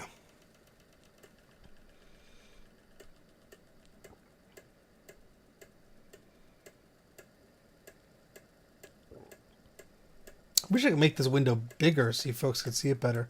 But I'd have to adjust the resolution of the entire display, and I'm too lazy to do that. Or I guess I could capture the window differently and then scale it in OBS, but then that's also a pain in the butt. Oh, let's do that. Why not? How does one do? There we go. Here we go. And do that and put it up there. And then have that. Look how fancy we could be if we actually use our noggin. There we go. Cool. Let's retry. All of you watching on a cell phone can now actually see what the hell I'm doing.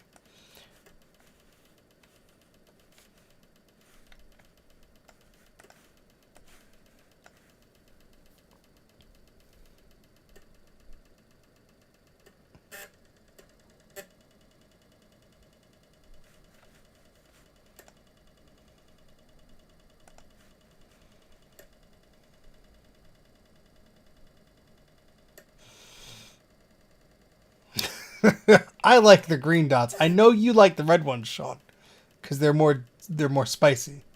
But I prefer the green ones. By the way, if you want to pick up a shirt like this, Sean, put your link in the chat doodle. If you want to buy one of Sean's shirts, he has wonderful, cozy, warm shirts.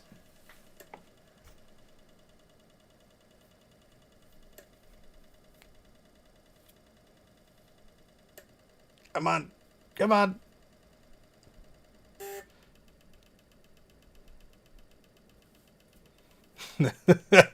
Stace, I don't doubt it. I will just say be careful with electricity.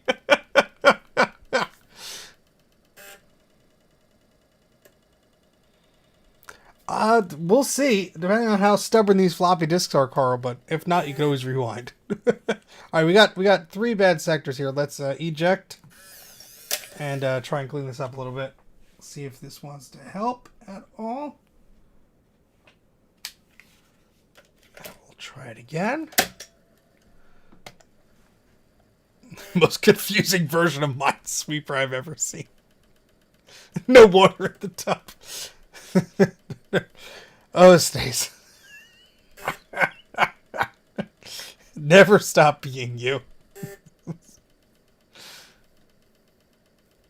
So I was saying at the beginning of the stream that I was wearing this shirt a few days ago at work and doing Zoom meetings and stuff like that. But the camera was positioned lower, so all you saw was "I love ugly." And some people were giving me dirty looks. I'm like, no, it's computers. Computers. It's a joke. Computers. It's like, note to self, beware of camera position. because you did bad things, Ryan.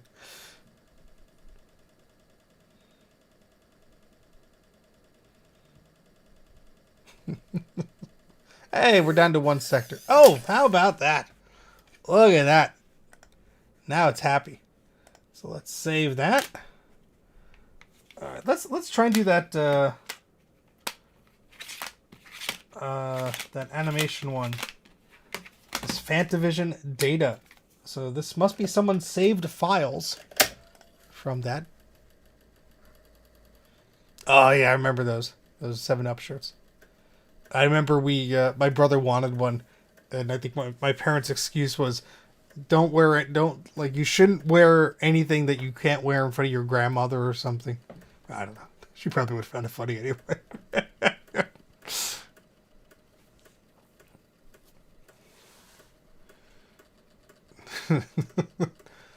I love ugly computers.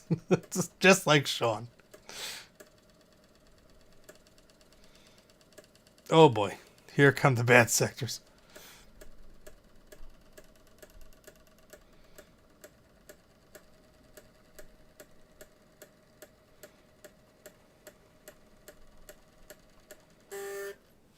Alright, let's see.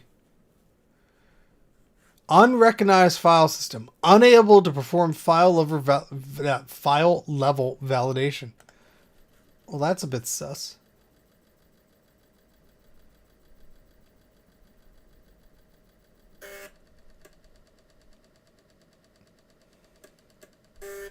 Yeah, that's fun, Derek.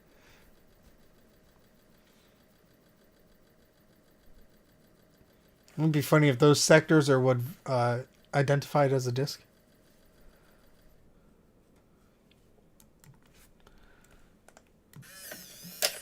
All right, let's try and fix this one up here. I don't see any like mold or anything on it, but you can never tell because these aren't clear. So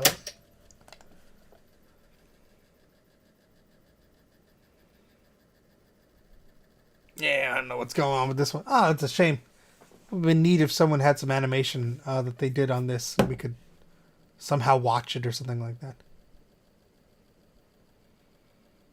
All right, no worries, Bruce. I'll give it another try. Come on, baby.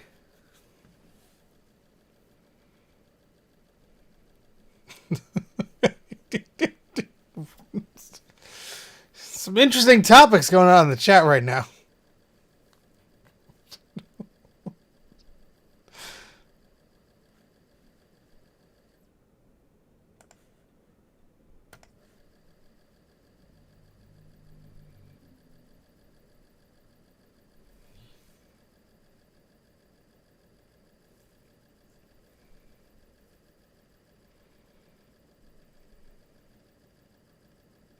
Well, I guess I could save it anyway.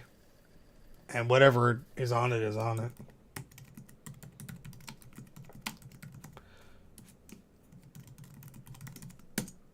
But I don't know if it's going to be anything that we can recover. But I'll go in the sad pile. We've got a few discs in the sad pile. Apple works too. This looks like it's... that's nothing. Print shop, graphic library. Yeah, sure.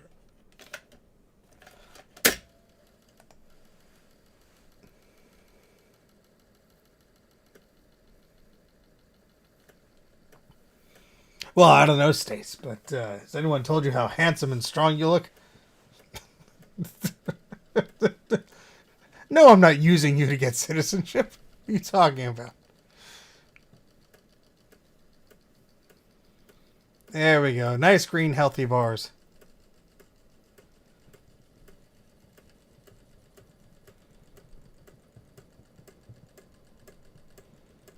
Chugging along.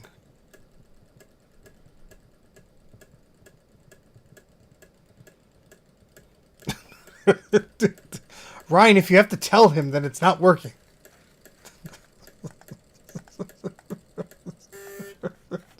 Oh, dear God, no.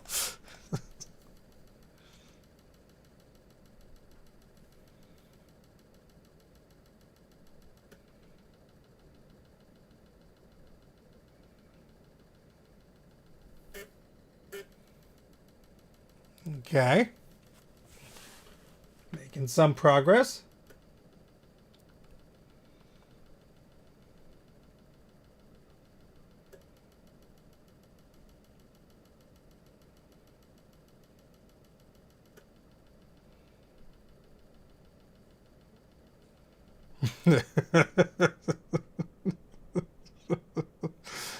Oh, boy.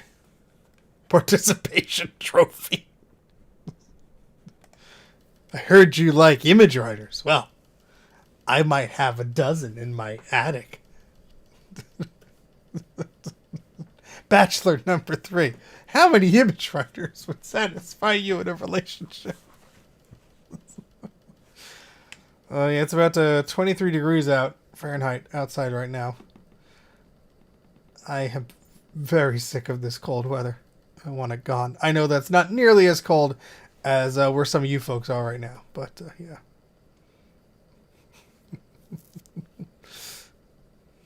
Faked all my image writers. All right, let's see. We got some errors here. Let's try and clean this and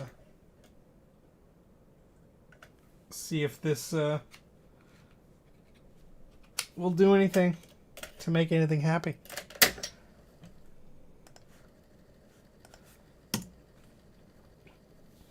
I started to redo the power supplies in some of my Apple IIs. I'm realizing I have an Apple IIc Plus right over there that I could very well be using to test some of these right now. But that would also require me to make sure I have a boot. I only have one floppy drive there. So whatever disks I would have to try would have to be good enough to actually boot up. And so we're not going to do that right now. But it's looking at me. Its little monochrome green screen is peeking over and looking at me.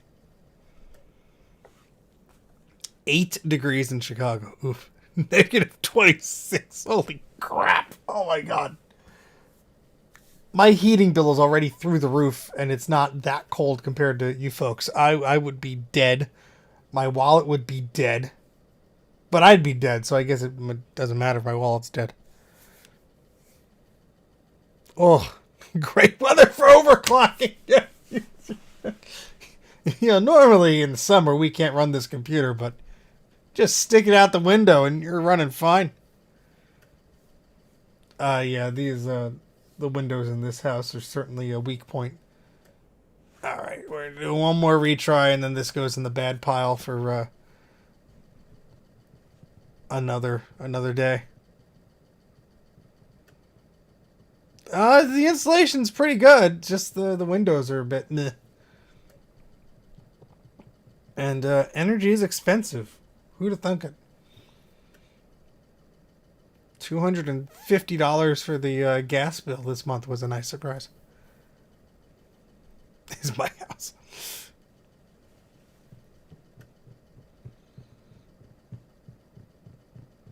Alright, I think this one's toast. Or at least, yeah, where's the bad file? Usually it puts them in red.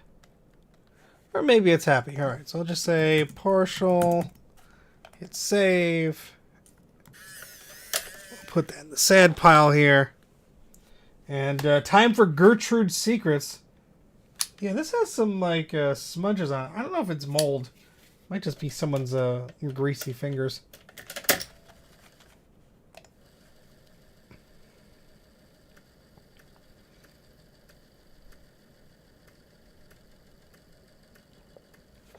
Ugh, sorry to hear that, SJ Bryan. Yeah, freaking cold.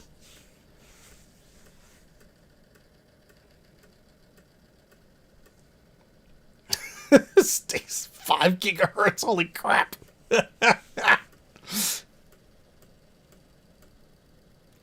Well, I used to have, Camilla, I used to have a Mac Pro sitting in this office, and it got awfully warm with that thing in the office, running nonstop. Even when it was asleep, they got awfully warm. So I'm very happy to have a much more efficient machine here now. But that was also before I installed the ceiling fan. My goodness. All right, so we got a bunch of red here, but come on, Gertrude. Oh, all the files verify is good, so I guess these are extra sectors. Put your kids to bed. Do you want another 2008 Mac Pro?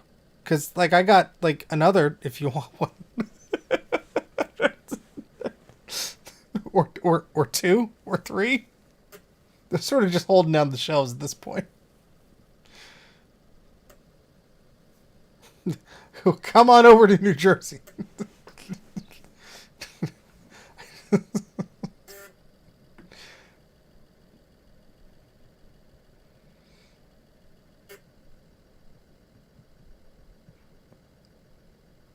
Well, this is actually a first, because usually when there's this many bad sectors, it usually at least hits a file, but all the files verify is good, so that's good. 2006. I think I have a case for a 2006 that Mike gave me, but I don't have any 2006 models. I think I was reading that Tiger wasn't officially supported on 2008, but you could get it to work on 2008, and that would really be all I wanted 2006 for, is to run Tiger like on the fastest machine possible, because it's one of the best, most stable, most versatile operating systems that Apple ever made. But if I got run on a 2008, I'll just run on 2008. Dodgeball champions. Get that right. Let's look at the catalog here. Got hello font. Such and such. All right, well, let's save it. I mean, the disc is what, 40 years old? It's fine. That's fine. All right, copy 2 plus. Will copy 2 plus get a copy? No thanks, Dana. I think I'm good. The missus will murder me.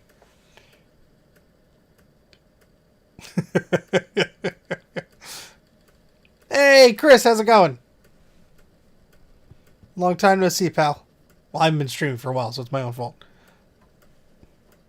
I don't have any extra G5 quads. No, I have the one. And that cost me a pretty penny to track down. I think I paid $70 for it. The guy wouldn't take 50. He was convinced it was some ultra modern computer. And I showed him, like, the date says 2005. This is 2024. What this is obsolete. I'm just getting it just for funsies. And the guy's like, well, it must be worth something. I'm like, all right, whatever. Some people you just cannot argue with. Print shop. So this is the totally legit print shop copy that this person made. That is fabulous. It's going all right. All right, let's see if this one will image correctly. So that was copy 2 plus. Copied beautifully. I mean, I'm sure those big strong arms could help lift some image writers and G5 towers. You need one for next year's Power PC challenge. I mean, if you duct tape a few G5s together, it's better than a quad. They do show up every now and again. I've seen a few on Facebook Marketplace that I suspect are quads just because of, like, the configuration that they appear to be in, like with the graphics card and junk like that. I mean, it's hard to tell, but sometimes you get lucky and someone shows you a picture of the model number or something like that. Hey, Elemento, how's it going? We are archiving floppies today. Totally legitimate copies of discs. I'm going to eject this one out to show you the label in a moment, because it's pretty funny. But hope you are doing well. You and the family doing well. So let's eject this. I want to show the chat once again. The beautiful label done on this. The print shop for the Apple IIgs. Somebody took their sweet time making that label. So, hey Rodville, how's it going? And Lucia, I don't think I said hello to you. Welcome to whatever we're doing tonight. So we have a handful of discs still to go here. We do have some bad sectors here, hoping that'll be wiped away. I'm sure this disc is archived somewhere, but it never hurts to try and make a copy of it. They did do a good job. See, I wanted to, because I have a few of those G5 towers, Lucia. I wanted to set up a, what is it, a QMaster setup, like with Final Cut Pro, and just like export to all of them and have them render. I thought, oh, that'll be cool. And I never got around to it. So, maybe one day, when I have enough amperage in the outlets in the basement to plug in multiple G5s at the same time. But I did try and do that with... I did have the QMaster render farmish type thingamajig working with Intel Macs for a while. I had the iMac up here. I had a 2008 Mac Pro downstairs with two processors, and I think I had like a MacBook Pro laptop or something like that. So I just like for a test, and it worked once. And I'm like, oh, this is great. I'm going to do a video about it. And then I tried to do a file again, and it just sat there and didn't do anything. So I'm like, okay. But from all the forum posts I look up, it's a very finicky type setup where either it works or it doesn't. And it's like, depending on like the way the Mac is feeling that day or how your network is set up or whatever. Oh, yes. On the iPod Nano, you were recording footage. Yes, I'm terrible with names, but if I saw your face, I'd probably remember. But thank you for stopping by. Yeah, I hope you had fun. Did you end up posting that video? I think I vaguely remember you recording on the iPod, but I'm not sure if you shared it anywhere, because that would be fun to see. Yeah, you forget that the iPod Nanos had a camera. I think my mother-in-law had one of those. Yeah, brother pun. Yeah, I have to check the spelling on that. Looks like we have one bad sector here.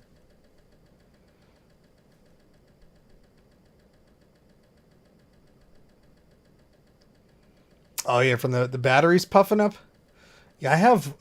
I should actually check them. I have a floppy disk holder that has some old iPods in it, and probably not good to leave those. Yeah, they misspelled broader bun in there. That's funny. Probably would be a good idea not to just leave those batteries sitting around there, because that's very bad if they puff up and just go poof. I have an iPhone 3G that the back is plastic and it's puffing up and cracking. There we go. And so I have to remove the battery from that before it does anything thermal and frightening. All right, so this is an Apple II system disk. Not sure if there's any reason to back this up, but we'll at least try. Okay, yeah, that'll be fun to see. Yeah, honestly, the iPods, I've had iPods with puffy batteries in them, but I think like just the way the iPhones are, you know, there's so much of a battery there, and there's not much wiggle room in there. Like the iPods, some of them have like foam where on the hard drives are the batteries, so there's like, you know, it's not like they're using up every micron of space in there. But the iPhones are pretty packed tight, so when they do get puffy, they get puffy. And that actually happened to my aunt. She had, I think, an iPhone 5 was the first phone she had. And all of a sudden, the screen came off, and she was like, "What's happening here?" And I'm like, "Oh, well, maybe you dropped it or something." And she's like, "No, I didn't drop it." But we ended up getting her a new phone because I'm like, "Oh, the little metal by where the screen attaches, it's not perfect. We get you a new screen." But I think she was due for an upgrade, and they were still doing upgrades by then, so she got a phone for a few $100s. And so I finally, I had the old phone. I'm like, "Oh, let me try and fix it." Months later, and the battery was all puffed up. So it was the battery that pushed the screen out with such force. That was really surprising. I mean, maybe she could have got it, replaced under warranty had she known. But you don't think of a battery causing that type of damage, especially a device that was fairly new. So it's probably only a year or so old at that point. Usually you see that much later in life with these things. But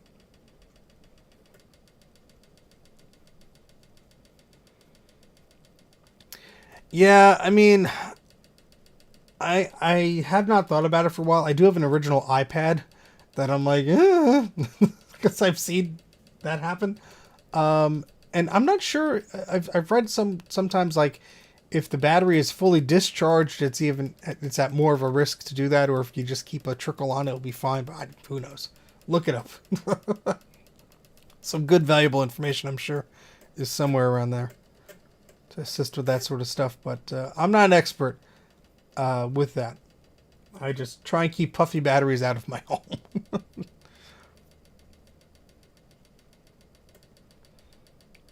Lithium polymer batteries tend to bulge out when pushed to charging extremes. Oh my goodness. First gen iPads need to be charged about once a year. Elemental, I will take your word for that, and I will fish it out and try and charge it to prevent anything like that. I think I have an iPad 2 and an iPad mini, the first gen ones, but those are the older ones that I have.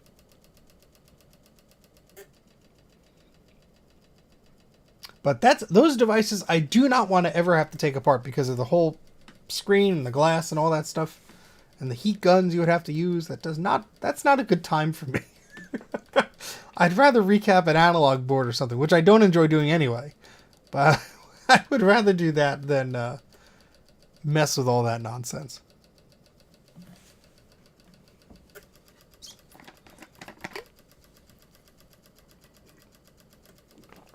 Yeah, those iPods are becoming hard to find at First Humanity.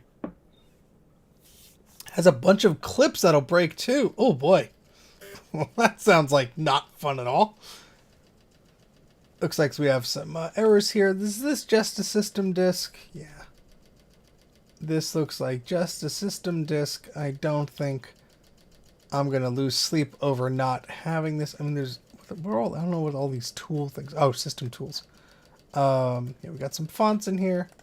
So it's not like this is some ultra rare software that wasn't archived. It's literally a copy of someone's Apple IIgs boot disk. And it's like, what, 40 years old at this point. So I'm not going to worry about it too much. I remember the first battery I had that ever got puffy. I had, I think it was my Nokia N-Gage QD was the second revision of the N-Gage. And I got some aftermarket battery. I think it was at AT&T or one of those stores. It was either a cellular store, like a proper one, or an accessory store.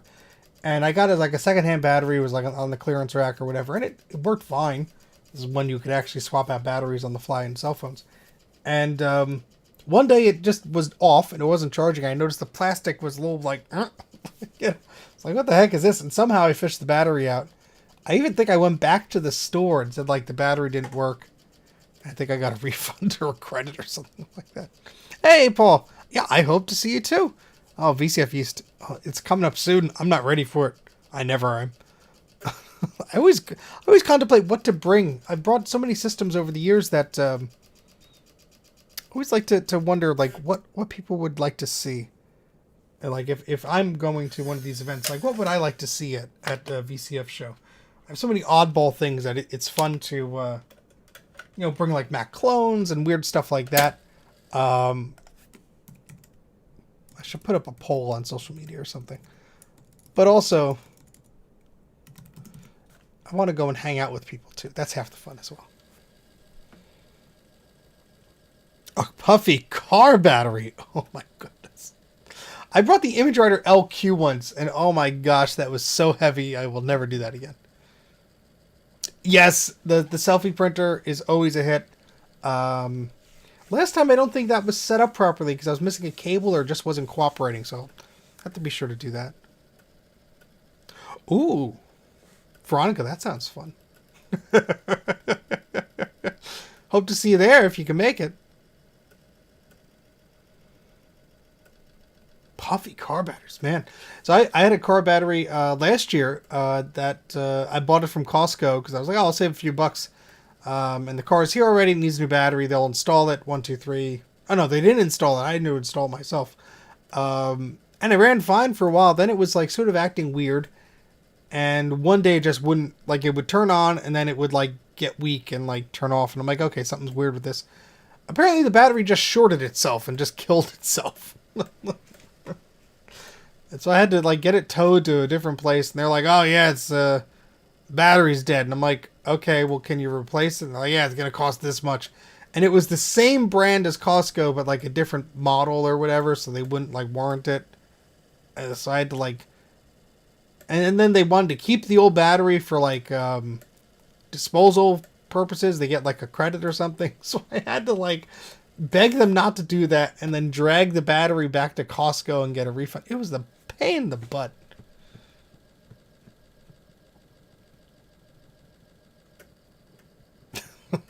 That's the only bad purchase I've ever made from them.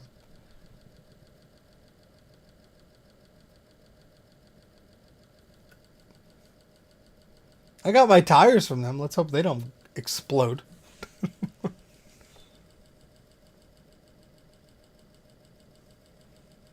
I did clean the head probably last disc or so, but I'll do it again. These discs seem to be particularly cranky. They sat on the shelf of a video game store in New York for God knows how long. There we go. Although, funny enough, when I got the tires from Costco, the next day my tire was flat. And I brought it back and they're like, oh yeah, the valve is broken or whatever, and they replaced it. But I'm like, okay, these are brand new. What the hell? Oh, good night, Ryan. Take care.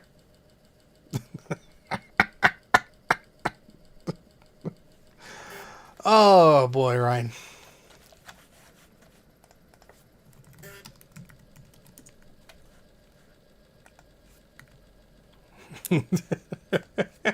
I don't know what a Mongoose is, but it sounds entertaining.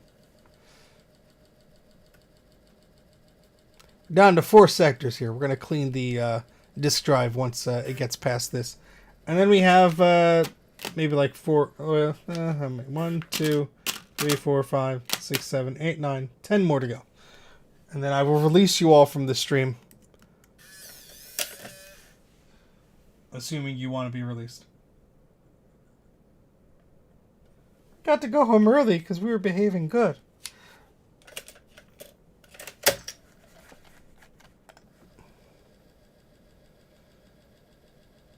That's an interesting concept. We don't think we have anything like that here. We have hibachi places, which is the opposite. The people who are the chefs are cooking it in front of you, but you don't necessarily cook it yourself. Oh, they cook it on a grill. Okay, I see. That makes more sense. I was about to say, I don't think insurance companies would be happy with giving people access to cooking utilities and surfaces, hot surfaces at restaurants and such.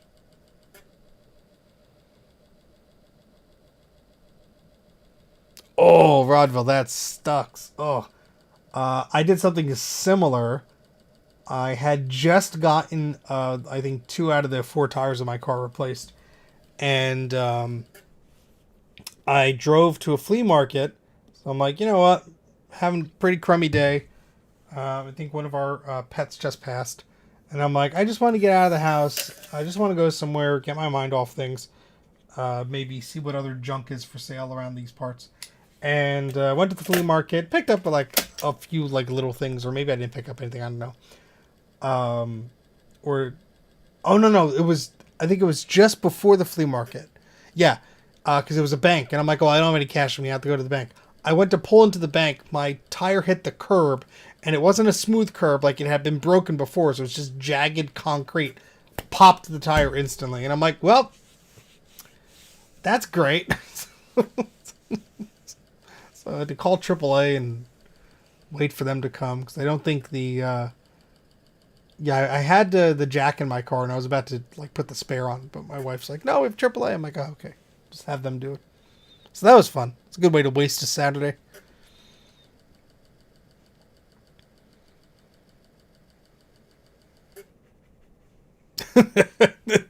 I will take you up on that offer. Hey, we're down to 2 bad sectors.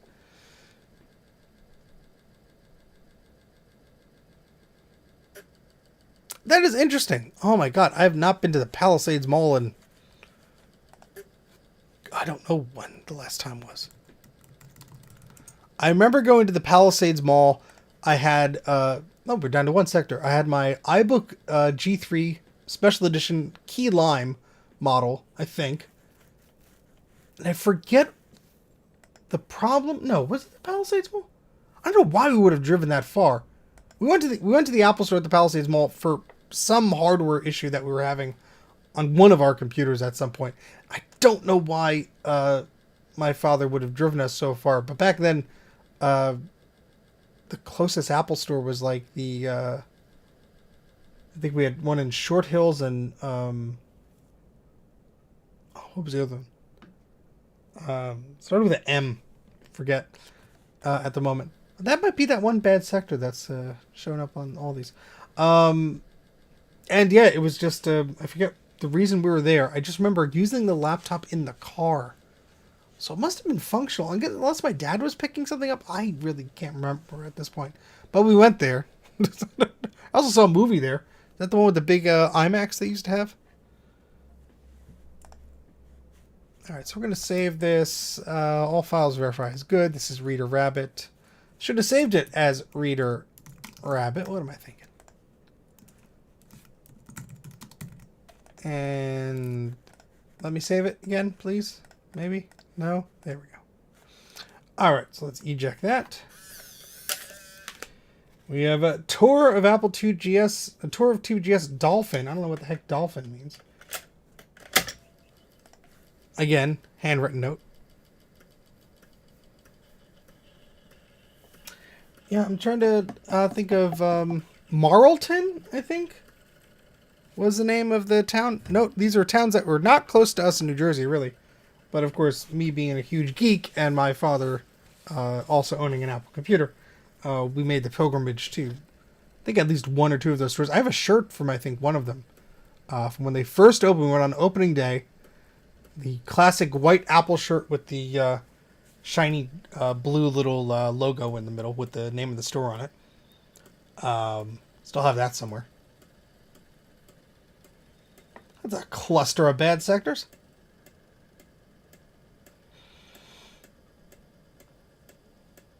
And now I have 2 Apple stores now, not too far away, which is decent.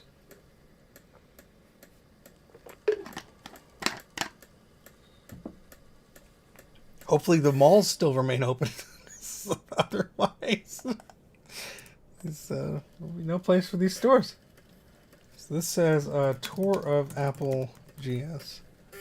Look at that. All the bad sectors went bye-bye. Alright, so let's hit save. So we have Mavis Beacon teaches typing disc 1. I don't think we have a disc 2. We have a King's Quest disc 3. Yeah, I'm not really going to bother with those, I think, because they're just like part of things I literally don't have. And some of these are looking pretty rough. Learning Studio. Let's see how this goes. Oh, making sad noises. Up, up, up, up. Maybe. There we go. Oh, this is a 1.4 meg disc. It's a Macintosh disc. First of the night, folks. We had MSX, we had Atari, we had Apple II, and now we have a Macintosh disc. Here we go.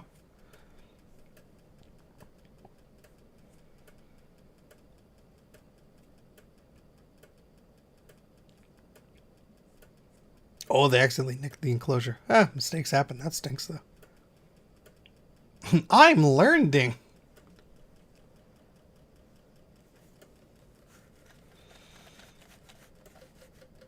Yep, got some troubling noises.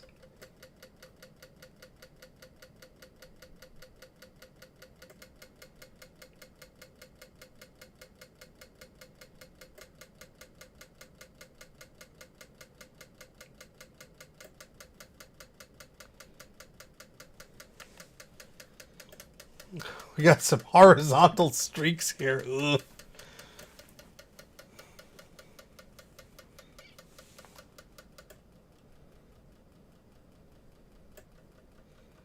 Yeah, maybe someone took a... You can never tell if it was just like age that destroyed these discs, or if, just like the floppy drive the disc was in just like ate it up.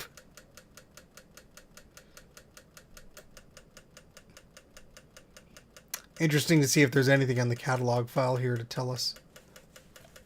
But it's named Untitled, so either it's a blank disc or someone just did not bother to ever change the name of it.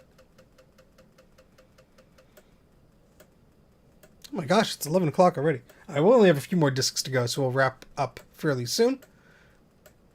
How many people we got still hanging around here? Want to say hello to everybody.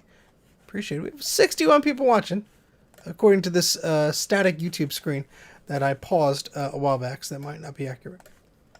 And my voice is getting a little sad right now, because I've been talking. This is probably the longest I've talked in a long time. Alright, so we got a lot of sectors to retry there. Let's eject the disc and clean it a little bit, and see if that'll help.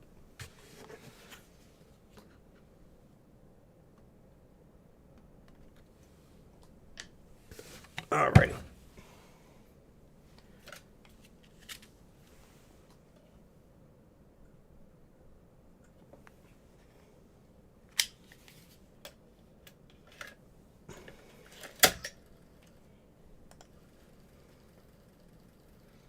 See if that'll help any at all. But files are likely missing. Corrupted catalog. Yeah, I have a box of floppies that are Office Depot branded. They were brand new at a thrift store. I think I paid $2 or $3 each for the box, and they would not format properly. I would have it verify the contents of the disk, and it'd be like, nope. Tried it on multiple floppy drives. They were not happy. Sometimes I'll get some of them to work, but the plastic is very thin, so probably just crap. Yeah, I don't think we have any chance of getting anything off. This might have just been a disc that was overwritten or something like that. Yeah, remember that there used to be Office Depot, Office Max. I think Office Max is gone. I think I saw Office Depot the other day, and I was like, are they still around? I remember going to a Staples like a decade ago, and I think I had to purchase, I was purchasing, I think, label maker refills, like the little cartridges. And, it was like, it's supposed to be like $15 or whatever. And they rung it up and it was like $32. And I'm like, on the website, it's this price. Like, oh, that's not the store price. And I'm like, well, do you price match? They're like, yeah, well, you just have to request it. And I'm like, thinking to myself, what a scam this is, It's like everything is like doubled, or at least like that thing was double in price in the store. I'm like, that's nuts, man. Me pot. Veronica.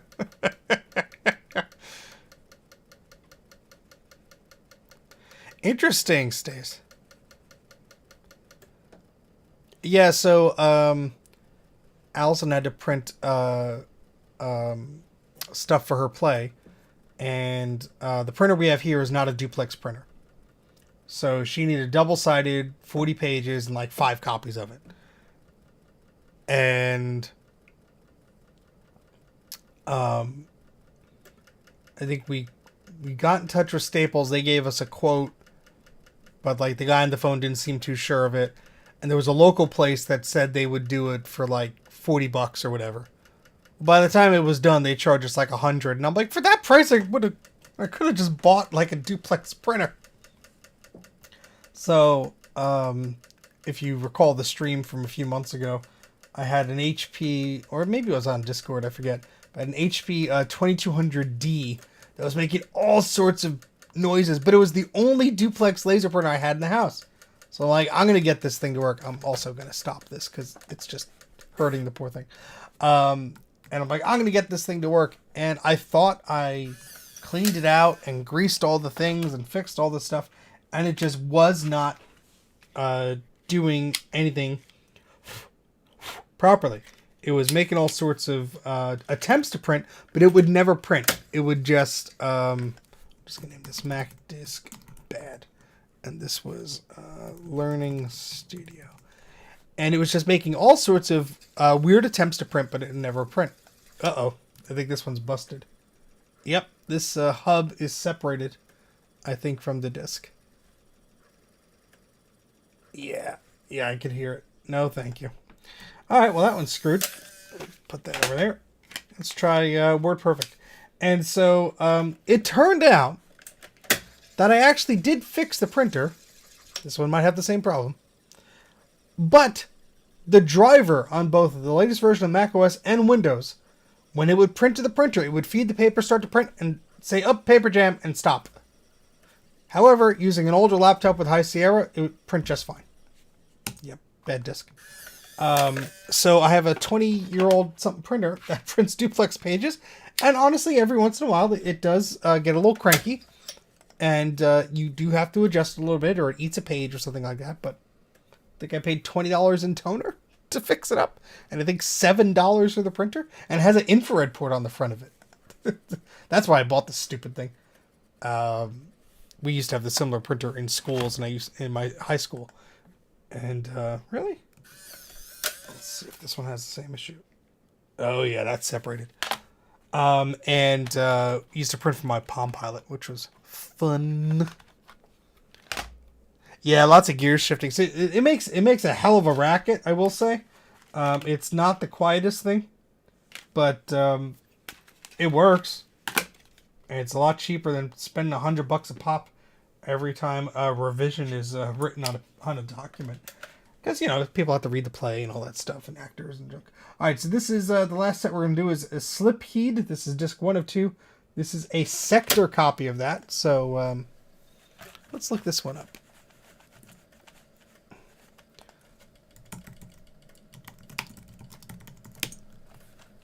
It's a game. It looks like a space game. Action, action, action. Looks interesting. Might have to play this one. Why does it say Paper Jam when there is no Paper Jam?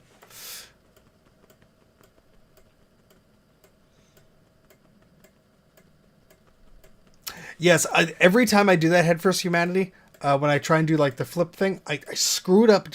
So something in my brain mentally does not work when I'm trying to flip things horizontally or upside down. Like I could get it, but I don't. And it's just like my brain telling me, hey kid, you're out of your element, you know? And so like every time I'm like, no, it goes this way. And I write a little diagram and I put a post-it note on something. I screw it up all the time, 100% of the time. It's like, ugh. So yeah. I think we did that once, like in a pinch. And I'm like, well, I tried. Your actors will have to flip the pages. This one wants to work. Also, I think this is already archived, so I don't think it's a big deal. But, you know, so the last discs of the night. We had an okay success rate. I mean, we had a few that, at least half a dozen here that were unhappy.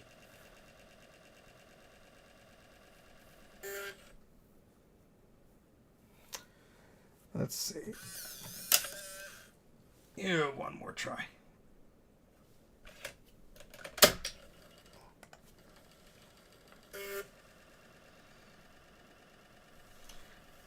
But yeah, I have two Epson printers that I just use for scanners because the scanners are pretty good. So closing time starts to play. Oh yeah, it's getting up there. It's 11:11. My goodness. All right, so let's stop. At least all the files are good here. So we'll save this. We'll eject the disk, and we have disk 2 here. We also have a duplicate of disk 1 for whatever reason. Also, there's like tape or something on this. Let's get that off of there. These are all copies, so they're not even originals. So I'm sorry, I've been forgetting to show the discs up there. And this was the other one that we just copied, the green labeled one. And then we have a red label one. That's another copy of it. So, for whatever reason. This person liked to back up their discs. Or they copied them from a friend, who knows.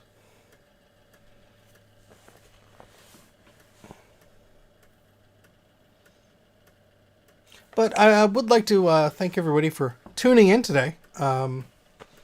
It's certainly been over a month since my last stream. Like I said, I was sick, so that was not fun. Finally got over that.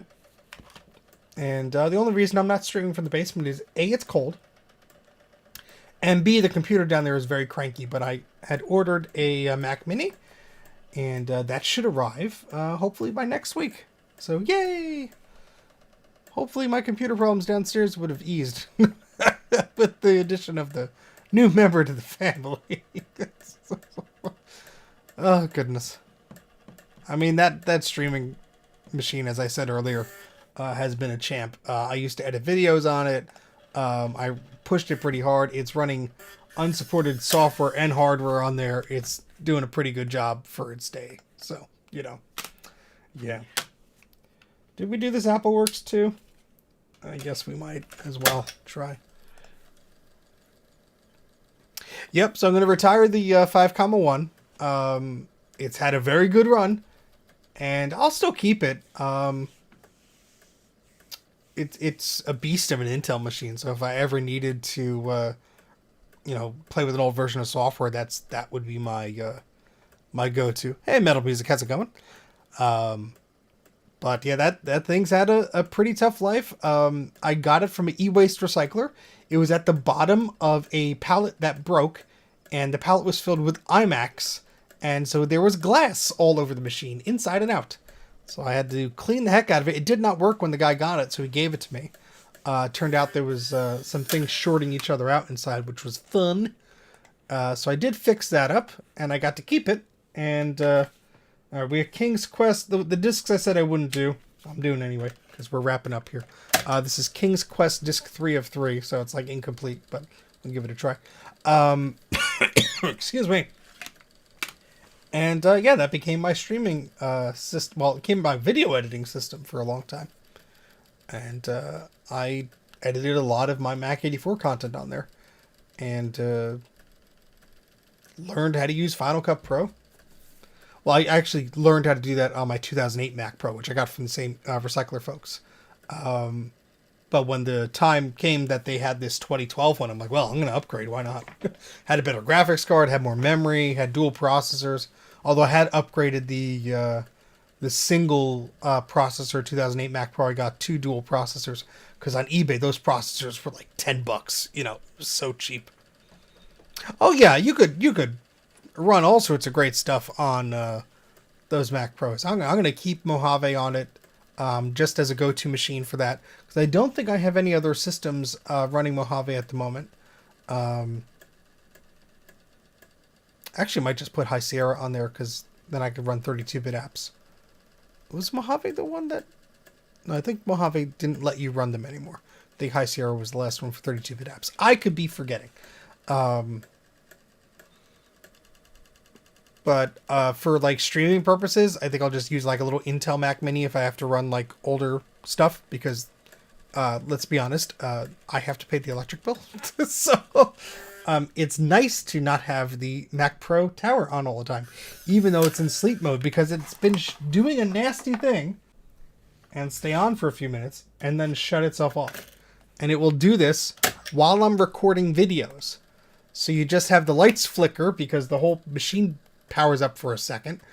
And then you hear the DVD drive go, and it's like making all these noises. Then it goes to sleep, and then it does it again. So if you ever see the lights flicker in my videos, that's what's going on when I'm recording them. Okay, Mojave will run the 32 bits. Okay. Something like that. Brain sort of remember things.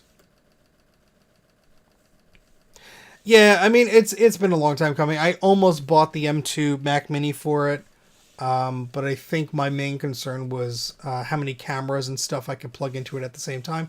Because the Mac Studio, I think, has like more dedicated ports or bandwidth or chipset or whatever the heck to get over some of those hurdles from the M2 chips of like using like 3 or 4 cameras at once. Because if you do some online searches of like people who have used like 4 or 5 cameras or input devices or whatever, they will like very easily tell you, okay, this works, but this doesn't. This sort of goes blah, you know. Oh, I mean, I've turned this Mac Studio off maybe like once a month, and it's usually because I did something stupid and it froze or whatever. So I'm not really worried about the power thing. I'll just probably just let it sit. Yeah, exactly. Gup, my pal here, has an M4 Mini that he just got not too long ago. He's having no issues with that, so I'm very much looking forward to it. I do have I did get a MacBook recently, so it's very strange that I'm getting. I mean, the Mac Studio I bought was the first new computer I bought in over a decade, and then since then I got a MacBook, and now I'm getting a Mac Mini. So it's very strange that I'm getting newer systems so close together, but I had not owned a new laptop ever. All of them were refurb. The last one I actually paid over like $100 for was a PowerBook. So, you know, there was like well overdue. I had like hand-me-down MacBooks that were like the, you know, screens were messed up, didn't have big disk drives and all that stuff. So very, very much enjoying the laptop. But I don't like tethering down a laptop to be like a dedicated system. I get the appeal. My work system is like that, but then again, I'm not usually traveling with it anywhere. But for me, I like having a desktop that's always there. It's always ready to go. It's always connected to things. I don't have to worry about, oh, where did I put the charger? Did I grab the Ethernet cable off of that? What did I do with this or whatever? So it's just nice to have like a dedicated system that's like always there. And so for me, that's the desktop up here, the Mac Studio, and in the basement it'll be the little Mac Mini, which will be good.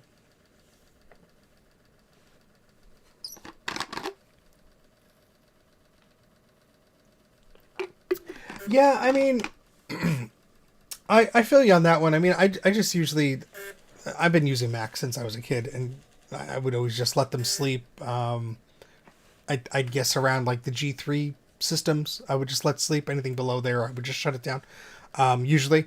But yeah, I mean, it's just a habit to get used to. Last time you paid for the laptop was in 2018. Yeah, my previous MacBook was a 2015 model. A 2018, you said. I'm sorry.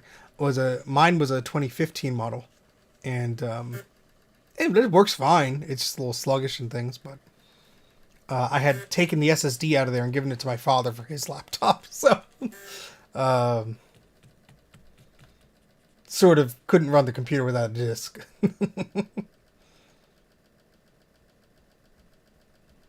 Yeah, Teverdant, you got a good point there. They are very, very efficient, so maybe my power bill will stop telling me that I'm using more energy than other houses in the neighborhood.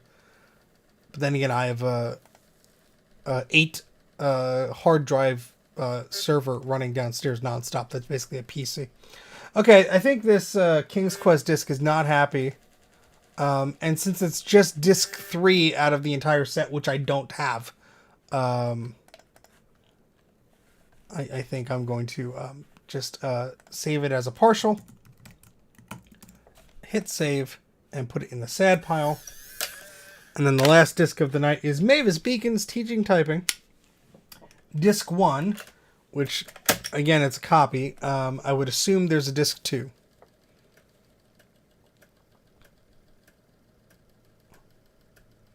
Ah, the clamshell iBook. Classic.